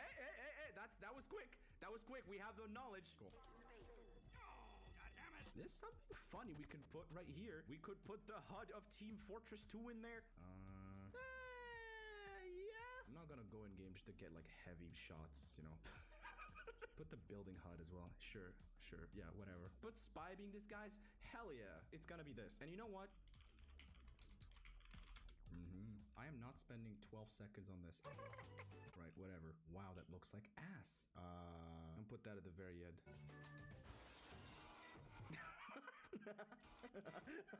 Yeah, I love putting bits that are just gonna pop up for half a second. Did anyone happen to kill a Hold on. Spy responses. We key TF2. I think we'll win this game. Kill a game spy. Just cuts like that. That's so stupid. Game spy on the way here. Gay Luigi? No. Oh, I could put a 2009 joke right here. No! Hell yeah, let's put that in. No! Idea. I'm gonna pre-compose it and motion track it. It's gonna be quick, trust me. No! Sure, whatever. No! If I cut, then it won't show how sloppy it is. Okay, alright. Okay, fair enough. Fair enough. Okay, I gotta fix this bit. I really should have just done this and just manually masked it, you know, because there is joy in manually masking things in life, right? You never get it, you know. So now it will now actually accurately be the thing here. Yeah. Woo! Yeah, no, that's actually the intended way of doing it. I assure you they will not like men. Now, this is the fun part of the video, and I gotta think of funny shit to put there, right? I think I remember some of the bits I wanted to do. No, actually, hold on. None. And none. Now it's actually mixed, right? None like the man lose. I like that. I like doing this. Man lose inside this building. Hold on. Oh. And none like the man lose inside this building. What are you, president of his fan club? Okay, this is the fun part. We could do so much with this. This is the fun part. We could do so much with this part. Let's win this game. Alright, how about this? Gate. Add some reverb to this one. What are you, gate? I could definitely extend this. We're going the extra mile. Gate. This is how I do it. This is the least efficient way to do it. I know there's better ways. I don't care. What are you, gate? Fucking deafening silence right after. Ooh. We're gonna use this meme. What are you, gate? Yeah. What are you, president? Joe Biden turning around? Does he turn around? Tell me he turns around. Wait, you know, I think it's funnier if he doesn't turn around. This is gonna be one tricky fucking edit though. Like, holy shit. But here's what we're gonna do. We're gonna cheat a little. So now, damn, that works kind of good. Oh, hold on. Example, there's a situation where there's an estimation of somewhere between. That's perfect. I have an even funnier bit actually. Okay, hold on. What are you, fan? Hold on. Yeah. What are you, fan? President of... Check DMs. Fuck did you just share with... That's a P... Here's one way I could make this bit funnier. I'm just gonna have fan effects pop up on the screen. Gonna have this. Gotta make sure it keeps going up. Let's put some waves on the screen. Okay, so I'm just gonna do this and then take it up. You know what? That made it infinitely better. I have to do the classic. Yo, mom! There we go. Yo, mom! Okay, and every single frame is gonna be a Yo Mama episode. Yo, mom!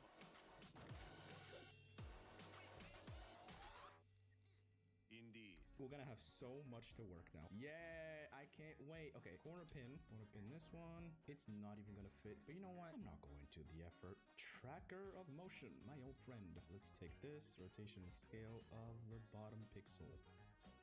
It is completely fucking it up. Wow. You know, it's gonna be some sloppy motion track. It's not gonna be perfect. I don't have all day of this.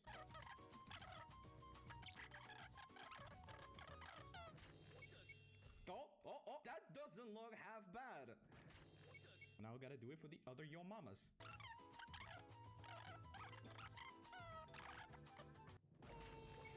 Yeah, that's fair. Now we're gonna put a lot of Yo Mama jokes. 2 hours? Am I gonna be able to download this at all? 3 minutes? We have downloaded the Yo Mama jokes. I will now start importing them into the sequence, sure. Preferably the frames where where your mama is in shot. Yeah, something like this. Your mama so Latinx. Your mama on the PlayStation Network. Right, cool. So now it's this. Your mama. Now we're gonna put this and we're gonna put some random variation to it, right? A little bit of chicken fried, right? Like this.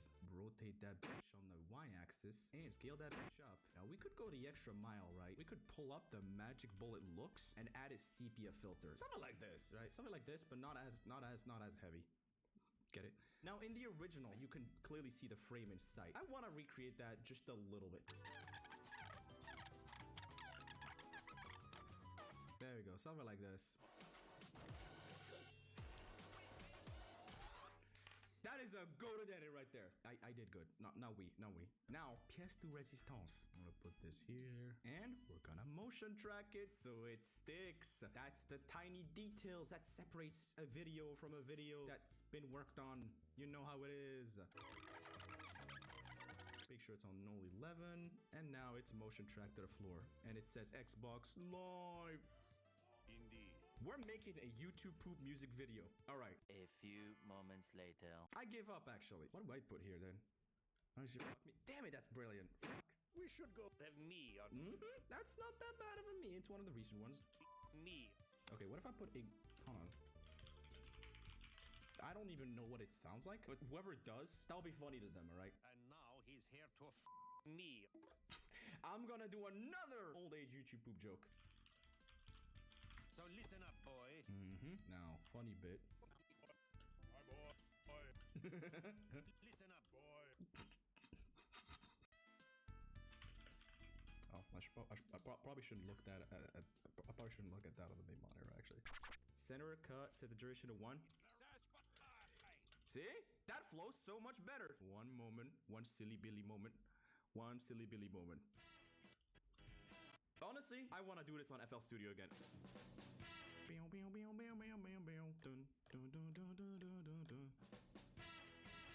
Okay, so now I have these. Pitch it up. Hold on, we're getting somewhere. I'm tone deaf. Now, hold on. Okay, that's how you tell it's synced up. Awesome. I think it's good as it is. I'm not adding sound goodizer. I really don't give a flib. There you go, flib. Okay, we will now make the sus spy. Meet the sus. The font is called Black Oak, right? Let's do it like this. Should I make this smaller though? If a Beat the Team card had 2 lines, would it look like this? Anyway, Among Us character wiki. Gonna put this guy right here. Yeah, that's fine. I'm gonna pull that in Photoshop. Here's how we're gonna turn it into lazy vector. And now that that's settled, let's apply the layer mask. Go hue saturation, make it completely black and white. We're gonna adjust the levels and curves just until it's like 2 colors. Honestly, like this is... It's not bad. And now we put that in there. Luma key to get this, right? Make sure it changes to this. Make it on hue and lightness. Yeah, okay. Now, you have to put Among Us in here, or like in Minecraft, or else the FBI is gonna be on your ass. I'll just steal this. I'll steal this one. Oh, you're kidding! This fucking sucks. Click alphabets in order. Oh, eat my...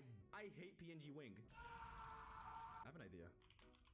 Oh, okay, we're good. It's not even the same font. You know what? I don't give a flib. Sus vote kick. Okay, so we got this, right? Okay? Any second now. Team Fortress 2, you know you get auto bounce. It's like, you will be switched to red. Looks a lot to home, isn't it? You shift the spy to red for like 3 frames and play the fart sound effect for a split second. Alright, let's run this. Okay. And let's make sure that the tracker tracks this. Now hue. Oh my god, he's red. Guys, look, he's red. His foot's also green, but he's red, guys. Okay. I think I can put the other bit here too, alright? Yeah! Winning. Pablo Gonzalez, 2007, was moved to Team Red.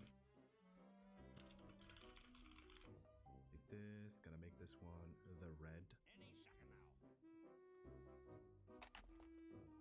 Any second now. See? Yeah, that's better. That's blood. Look at the way he's looking at him. We can make something out of this. Hold on. We're gonna put a lot love this sound effect. Nobody else uses it. Okay, we're gonna put that on After Effects now. We're gonna make another demotivational. Yeah. What? Did it unlink? The fuck? What did it unlink? Why did it unlink? Why? It's literally still there. It's literally still in the same exact folder that it was always in to begin with. Look, I'm gonna go to this folder. Look, how are you looking for it? This is the industry standard. This is the... What's it going to Skyrim mods? No. Oh my god. Why are you looking there? You guys know I gotta do. You guys know. It is necessary. I gotta figure out something funny because that's the climax of the video. Besides this. Ooh, I know what I can do here. Hold on. And they just turn around and the scout's right there and he just fucked it up, right? I'm about to cook. Now, on this. Okay. The scout just fucks it up. Is there a top shot of the knife dropping? No. Okay. Gary's modificación. Alright, CTF 24. And it's... Why does it sound like SpongeBob? Okay, that's the weapon knife, right? And now when I do this, right? Damn it. Now here's an idea. Let's just put the spy. No, wait, the scout. I'm stupid. Look at that neck. All right, he's clear. That's not bad. Save this one. Let's close it there. Okay, now here's the plan. Spy pain, critical death. This is one of the parts I like about it. You can just do stuff in a different kind of order if you want. Let's get back to the Civ. So here's how we're gonna have it. Oh my god. Face poser. Look at that's Jeremy. That's Jeremy right there. I'm just gonna use a screenshot for this. I'll also make sure that there's like a spy in the same exact spot here. Moving like this. Yeah. Okay. Face poser. That's an expression. All right, this is how we do it. Let's run these. That's the scout one. That's the spy one. Oh, that's actually, I actually spot on FOV though. I gotta say. Let's moker this a little so that it starts off of this and it settles back a little. Just so it settles back. Make sure it does this. Okay, do I have any smoke? Smoke ground shockwave. Is that even... That is so excessive. Not bad, eh? Cartoon puff of smoke sound effect. Yeah, that's what I'm talking about. Huh? I'm gonna just put a fist in here. Clenched fist. That is a fist. Adjust it back, dial it back. Let's make it bigger. Huh? Oh no. And now it's gonna be him being thrown away. Watch this. Camera. Okay. Not bad. Okay.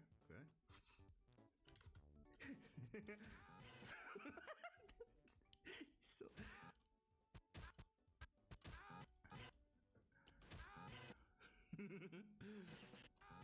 I have an extra idea, right?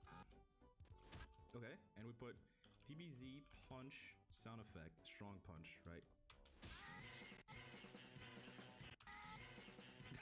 Every fucking throw in there. No way, we might be onto something here.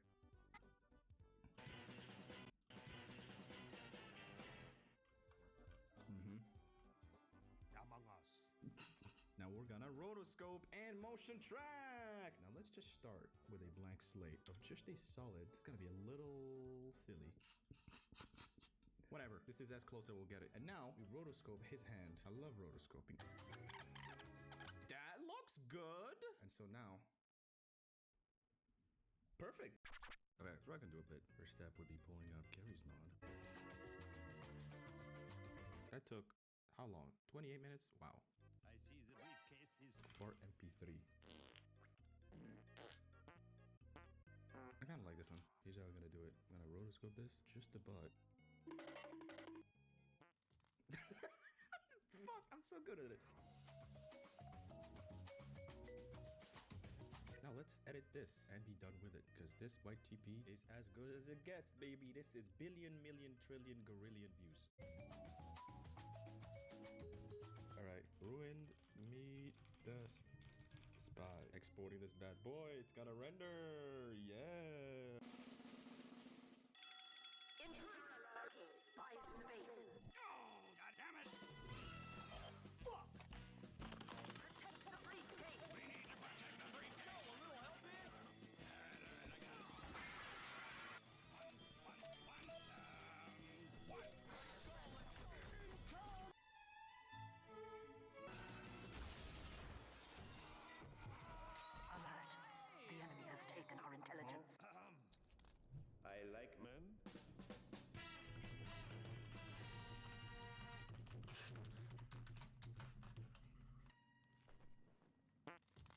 see the briefcase. Is the briefcase? Yeah, it is. Did anyone happen to kill a game spy on the way here? No? No! Then we still have a problem. Alert. The enemy has taken our intelligence. If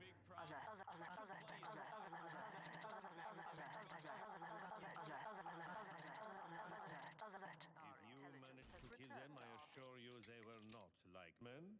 And none like the man Lul inside this building. What are you, gay?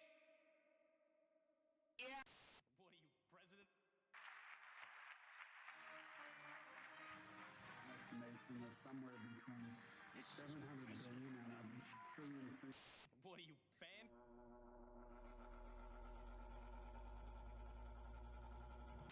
What are you, president of his fan club? No. That would be your mom.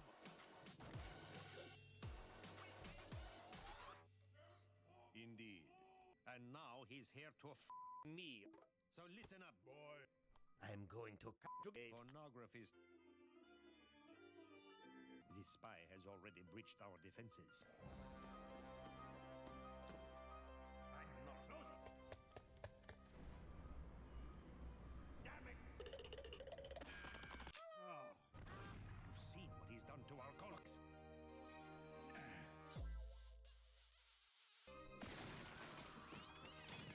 Worst of all, he could be any animal.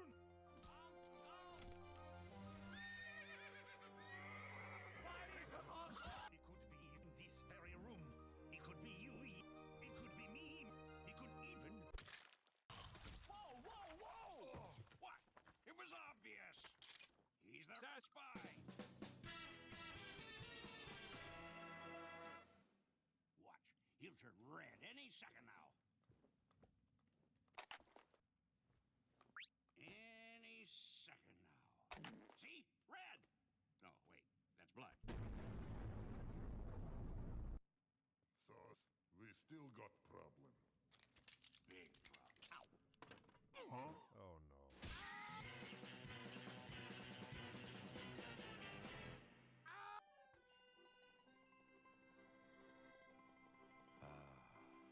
Among Us.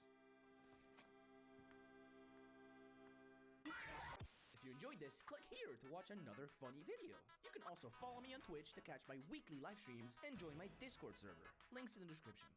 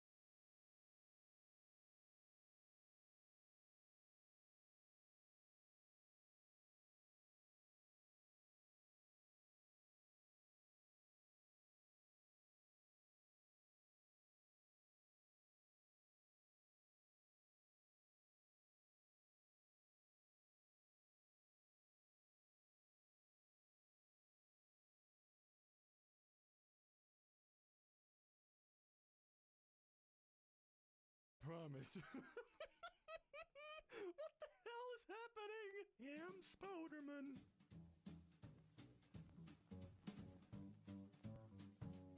Hey, what's up everybody? Welcome back to MK. I'm your host Robin, and today we're gonna take another look at r/software gore. I can never get enough of all the tasty gore. Alright, let's get in there. Open with Facebook just once, or Facebook always. Is there an option for Facebook never? Suggested for you. Pixel art, color by number coloring. Pixel art, color by number coloring. Pixel art, color by number coloring. What's the next one in the list? Big Tasty. No Big Tasty. But I want Big Tasty. Woo! Big Bite of 87 style up in here. Seriously, what's going on in his comments? Are they cursed? Got some voodoo magic up in there? What happened to the play button? What did it turn into? Looks like a little creature of some sort. Suggested just for you. Call of Duty Mobile. I didn't realize those characters crossed over into the Call of Duty world. Processor, none. Storage, 8 gigs of RAM. Camera, none. Screen, none. Never settle. It'll be $800, please. All right, what apps are on my computer? We got camera.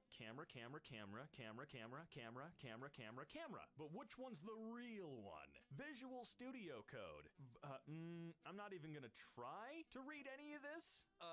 Someone wanna help me out? Car. Download the H. Yeah, I'm sure it's gonna get right on that. Whoa, wait just a minute. What model of truck is this? We got 2 driver's seats and 2 identical drivers? I'm sorry, but what I'm most concerned about here is that this dude is at a Blockbuster Video. When was this photo taken and where? Very good, taste good, closed. All right, let's see here. Are these the temperatures on Mars? Is that what it's telling us? It's partly cloudy and negative 273 degrees up there right now? Man, all right, perfect. There we go. It looks just like my cat. It's actually quite uncanny. Current memory, 4.9 gigabytes. Recommended, 4.9 gigabytes. So I say again, what is the problem here? How old is Jeff Bezos? I found Jeff Bezos' age, 51 years old. Yeah, he died in 2015 though.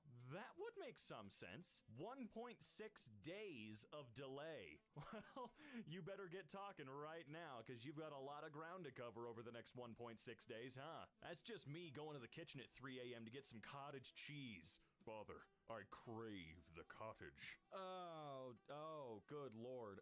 Let me try and pick this one apart. Hold on, I'm looking around. I got nothing. I'm sorry, it's destroyed. Woo! Dude, read some of your messages, first of all. Second of all, what's going on with Discord? Is it trying to hide your messages? No, you don't get to read them. Stop it. Now, an error occurred. Failed generating error message. Okay.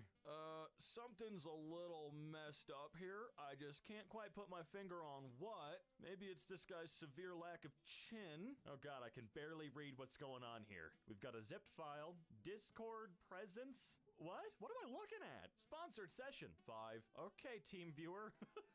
You know, weird little things like this just make me wonder what exactly happened to cause it.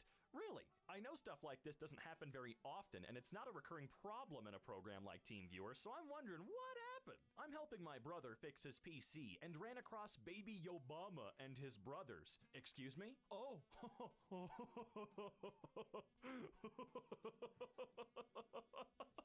No, I'm good. French word of the day. 27. Take 5 minutes to learn it now. I think I already did. I think I'm good. Enter display name. Someone sent you a friend request. They've got 510 million mutual friends. Wow, don't I feel popular. Bro, how the hell your Minecraft world, what is that, 131,000 gigabytes? Dude, what did you do? Is this the save for that Lord of the Rings 1-to-1 scale world? Or is it that overly ridiculous 1-to-1 scale model of Earth? Your guess was 3,700 miles away from the current location. Where was the current location? Somewhere in space? Was it a space station? Because I think that's cheating. Pick of my girlfriend. This one scared us.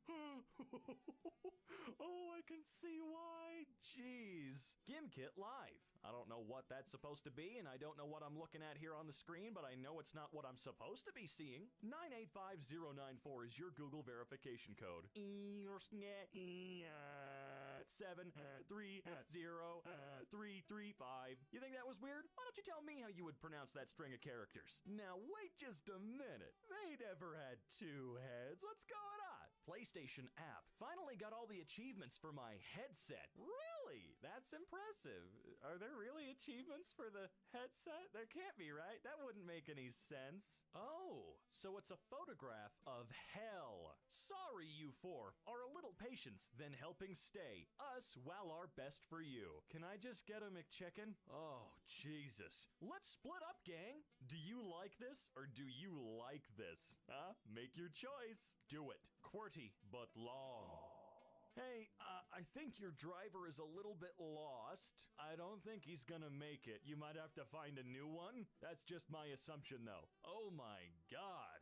That hit my eyes like a freaking freight train. Jesus, no, thank you. What is going on? Recommended rank 706. You need 4,294,967,295 more to play this race, which should take us 7 weeks, 5 days, 13 hours, and 27 minutes, giving ourselves 3 hours a night to sleep. What do you say? You could just stay outside throwing a ball in the sun all day. You can sit at your computer and do something that matters. Please don't disturb me. I'm busy. Can't you see I'm multitasking? And you're multitasking way better than any other human I've seen, so props to you.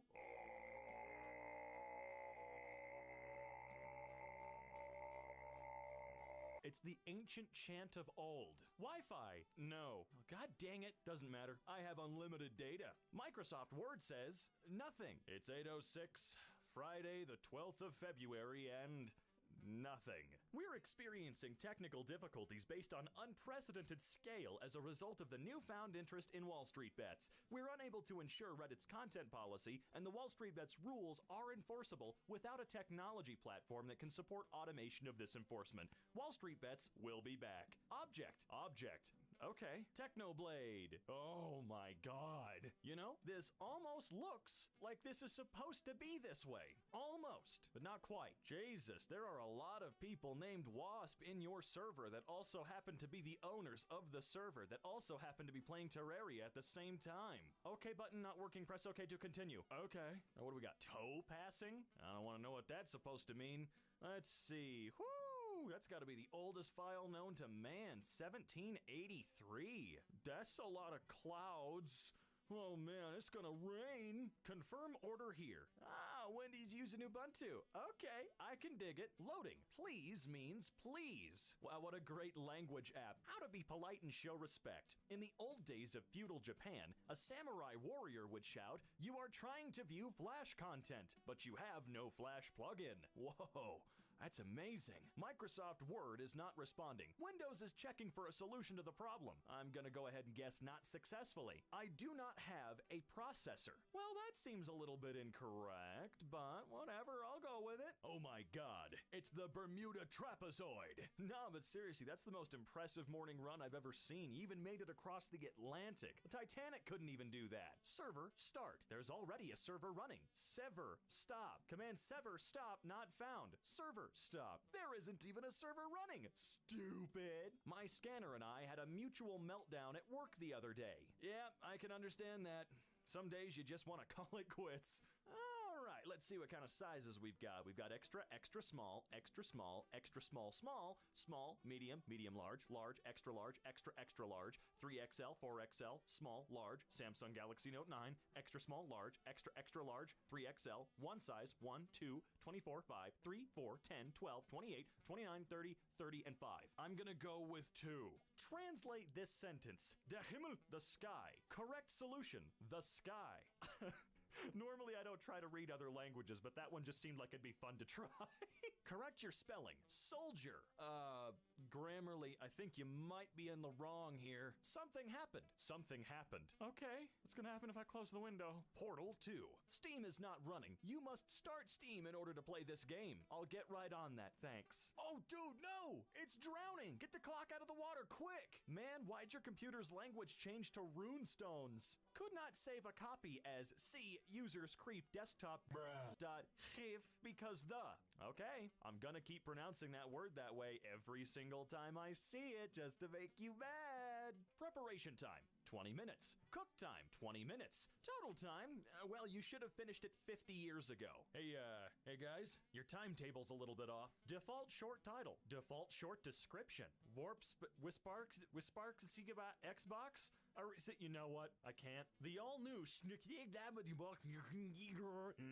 Toyota. I'll buy one. I'm actually not kidding. That van looks sick. Vocabulary, spelling, city. You got 9 out of 12. That's 0%, you failure. No one can unsubscribe from Eminem. Why would anybody want to unsubscribe from Eminem, though?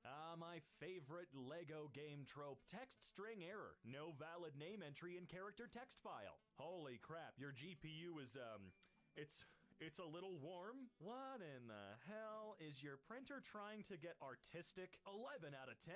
What? Wi-Fi, Bluetooth, do not disturb, flashlight, location, auto rotate. Wait a minute, why is the Wi-Fi also a flashlight? Wrong. Just wrong. Everything is wrong. Congratulations. You got successfully $0. That sounds about right.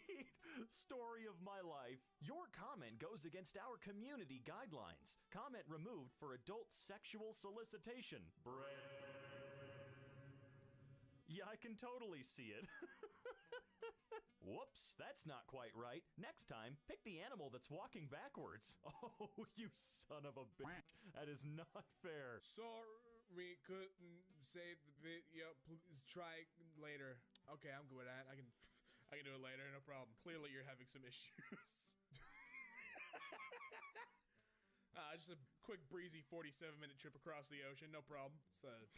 I'm like in awe. It's like a smile. It's like a big smile. He's happy about something. Probably about how quick that trip is. I'd be too. This is exactly what I want to see on a register, though. This is exactly what I want to see. This is how I know I'm going to a certified establishment. If I'm being given all consonants in one vowel. What happens when you give Need for Speed 3 and ATI Rage 3D Pro AGP 2X? Okay. Oh, see, perfect. It's exactly what I wanted. This is exactly how it should have been. This is its intended design. Just spam my screen with the names of automobile brands. I'm sure to pick one of them. Alert. 60, 33, 68, 79, 67, 84, 89, 80, 69, 32, 104, 116, 109, 108, 32, 80, 85, 66, 76, 73, 67, 32, 84. It's a long alert. I mean, just tell me the kid that's missing and then I'll, be on the lookout. It's a really weird Amber Alert. I don't even want to know what would hatch from that egg. No, don't worry, dude. It's fine. Catch it. Get the egg. Get the long egg, dude. It's fine. Oh, here, another Amber Alert. Del Rio, Texas. Bet, and then just whatever else there is there. I don't know if I'm gonna find that kid with what you're giving me, Amber Alert. Anna Pincuti. I don't know. I know I didn't say that right, but that's what you're getting. That's the best you're getting out of me. 1, 2, and 4. No more. You don't get any more numbers either. It's your only options. No problem. Just check my storage. I got 1.2 gigs free, but I've used, what, how much? 331,879,552% of it used? Might be time to delete my reaction image folder on my phone. What is this time that I'm looking at? Furthermore, what is this poor, figurine that's, crushed by the alarm clock? Why did you do that to them? Their legs are sprawled out like they're the Wicked Witch from the West and they're gonna show up into, dust. Teenager wakes up to millions in his account because of a banking error. Well, don't take it away from him. Let him keep it. You made the mistake. He gets to reap those rewards.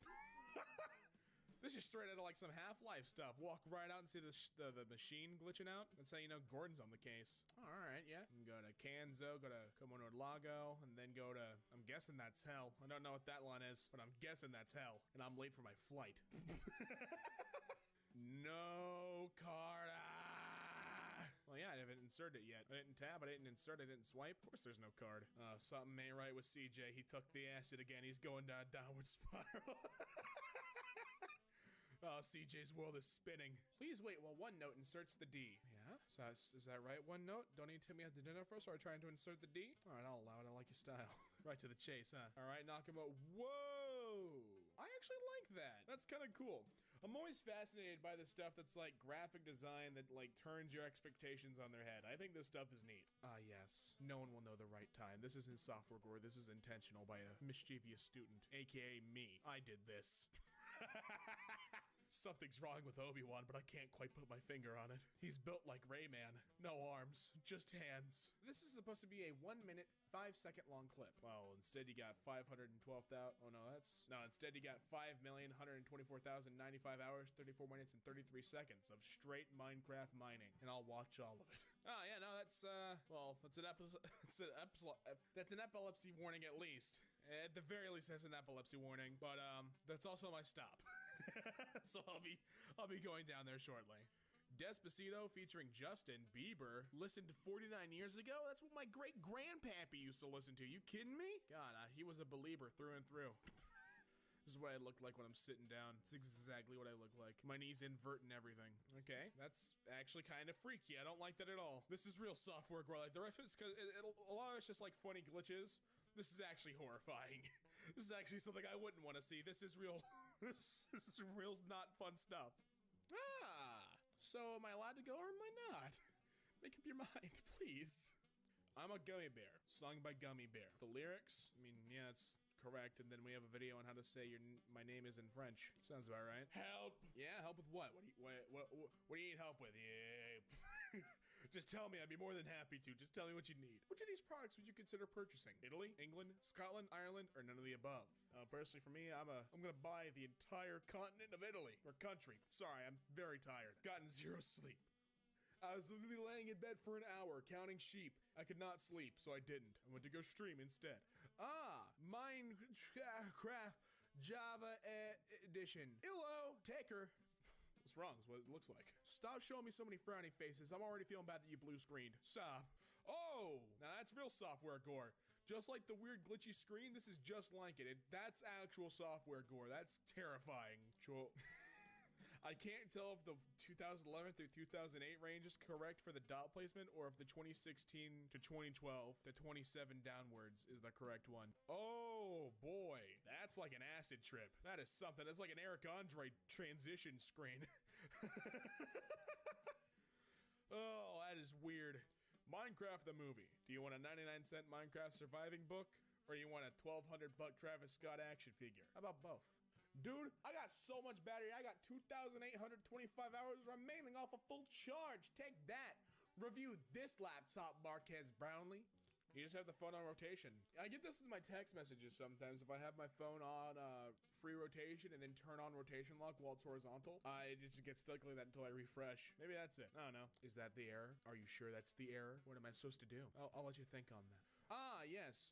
Rio Elonox. Thanks. Appreciate that. Click OK to continue. But there's no OK. Look at these orbs. I'll get all right. I guess I'll see him later. The original software gore. I mean, you're not wrong. What do you even do at that point? If it's on an arcade machine, what do you even do? Do you just like accept that you're not gonna win the game, or do you try anyway? Oh, aye. Just restart the computer, buddy. You had Apex Legends open too. Much healthier. You implemented a Kegel fitness program with a private weight set into your routine for strengthening your penis, erection, wiener, shaft, boner. And now I got some new health. This isn't software gore. That would be hardware gore. That's a real plane. That's a real plane. Your system is run out of application memory because PhotoStitcher is taking up around 56 gigs. Want to force quit? There's nothing wrong here. This is exactly how planes fly. Ever look out the window of a plane? If they're not doing this, something's wrong and you call an attendant immediately. I am Zelda, Princess of Hyrule. Can you change your face up? You're scaring me. Oh. Oh, poor guys messed up their screens. You rotated them the wrong way, idiot. Restarting. I sure hope you are, and don't show me this screen ever again. Good old rip save. And what's going on? I don't think that's a congratulations screen. Something's going on with the lines. That confetti ain't looking right, Chief. That's a 72-minute drive only because you're going like all the way across the town just for a 2-block drive. It's very harsh on the eyes. I don't even know what that was supposed to be originally. I don't recognize this. Sanic main theme from Dr. Robotnik and Sanic. With the Gorillaz cover album, because why not? Who's gonna stop us? Again! I don't know what's going on with like the images distorting like that. I wonder if there's like an explanation, because that's super trippy. And this too! How does this even happen? What corrupts that makes it do that? I am infinitely fascinated by it. Oh dear lord. I don't think I wanna go outside. Yep. Just bringing the old ship out to sea. She sails beautifully, doesn't she? Yeah, I think she's going down. Just like the good old mothership, just going down with the crew, eh? It's just jiggling, dude. It's excited. What it's supposed to show, and what it's showing. It's missing, though. Catch it. I don't know what you weighed, but obviously the devil's taken over. Avast free antivirus, Jen Brooks. You accidentally show me. That's not software gore. That's just like an accidental like screen, mishap. I don't really consider that a software gore thing. That's exactly how Snapchat's supposed to be used, bud. On an iPod too. Why are you going old school? Hey, look, it's Batman in his cool see-through suit. Oh god. Oh, that's not what I wanted at all. It's incorrect. Sorry, that was incorrect. You played B flat, but the correct note was B flat. Yeah, I'll try again next time, I guess. I think this is just someone with those messed up characters that something can't process. Or is it like already predetermined? I don't know. I see stuff like this in like when I play video games, people have those like really dumb characters in their names to try to feel cool, but you're not cool, you just look weird. I'm playing Source Filmmaker. You know it, baby. Hey, check it out. It's Spotify. My favorite company. Not quite sure. See, I have no commentary for this because I don't know what to make of that. What am I supposed to say about this? This is just symbols. Now this I can say something about. It's like VR. Man put on his VR goggles and immediately he's like, oh, Google was not the thing to open. Go ahead and try to type, I dare you. It's not how VR works. I have a VR headset. I just thought it was funny. GPU 1. And that is a gnarly temperature, buddy. Negative 32,768 degrees Celsius. I don't know how you got them temperatures, brother. My total space required is negative 31 megabytes. Modify that. I want negative 32. Give me more or less. But less is more. 1602 2000. Welcome back to the future, baby. Or welcome back to the past to the future. Enjoy your stay. Would you like to buy undefined for undefined coins? You currently have 327 coins. Could be 1, could be 1,000. We won't tell you. American Airlines 100%. United Airlines 1%. That's what the graph looks like, baby. Don't question it. Pound 121 pound asterisk 121 asterisk pound. Well, look. We'd love to help you, but your balance, you're asking. Thanks. Dude, it's sunny. Exactly 2,835 degrees Celsius. It is a sunny day. Results: win, win, loss, win, win, loss, loss, loss, win, and undecided. And that was around 2,500 weeks ago. No one knows how that match went. What? No, seriously, what the hell? Did you go for a run? Did you go for a ride? Across the ocean? Twice? I like you. I like your style. I just have such good Wi-Fi. So good that it shows up twice. I got double strength, like a coffee shot. Hey, listen, I'd love to give you the Wi-Fi password, but what's your sexuality? Yes or no? Maybe? Ooh, you're all jiggly. I don't like that. Oh, man, it's like, I'm not sure how that happens, actually. Is something inside the screen messed up, or is this, like, actually from the software? Is that data corruption, or is that hardware corruption? Oh, that's classic. That's a classic error. Happens with Windows all the time, but now it's on Mac. Show me that spinning beach ball next, baby. Oh, God. Honestly, if they were smart, that wouldn't even be software gore. That'd be just part of the episode, because that is a terrifying image. PC ran. Go catch it, dude. You still got time. He's only halfway down the block. Negative 1 over 3 to the power of negative 2 is 9. It's 9. Thanks. You've got a volume above level 100. I think you've won. I think you've won, sir. And announcer. It's time to play family.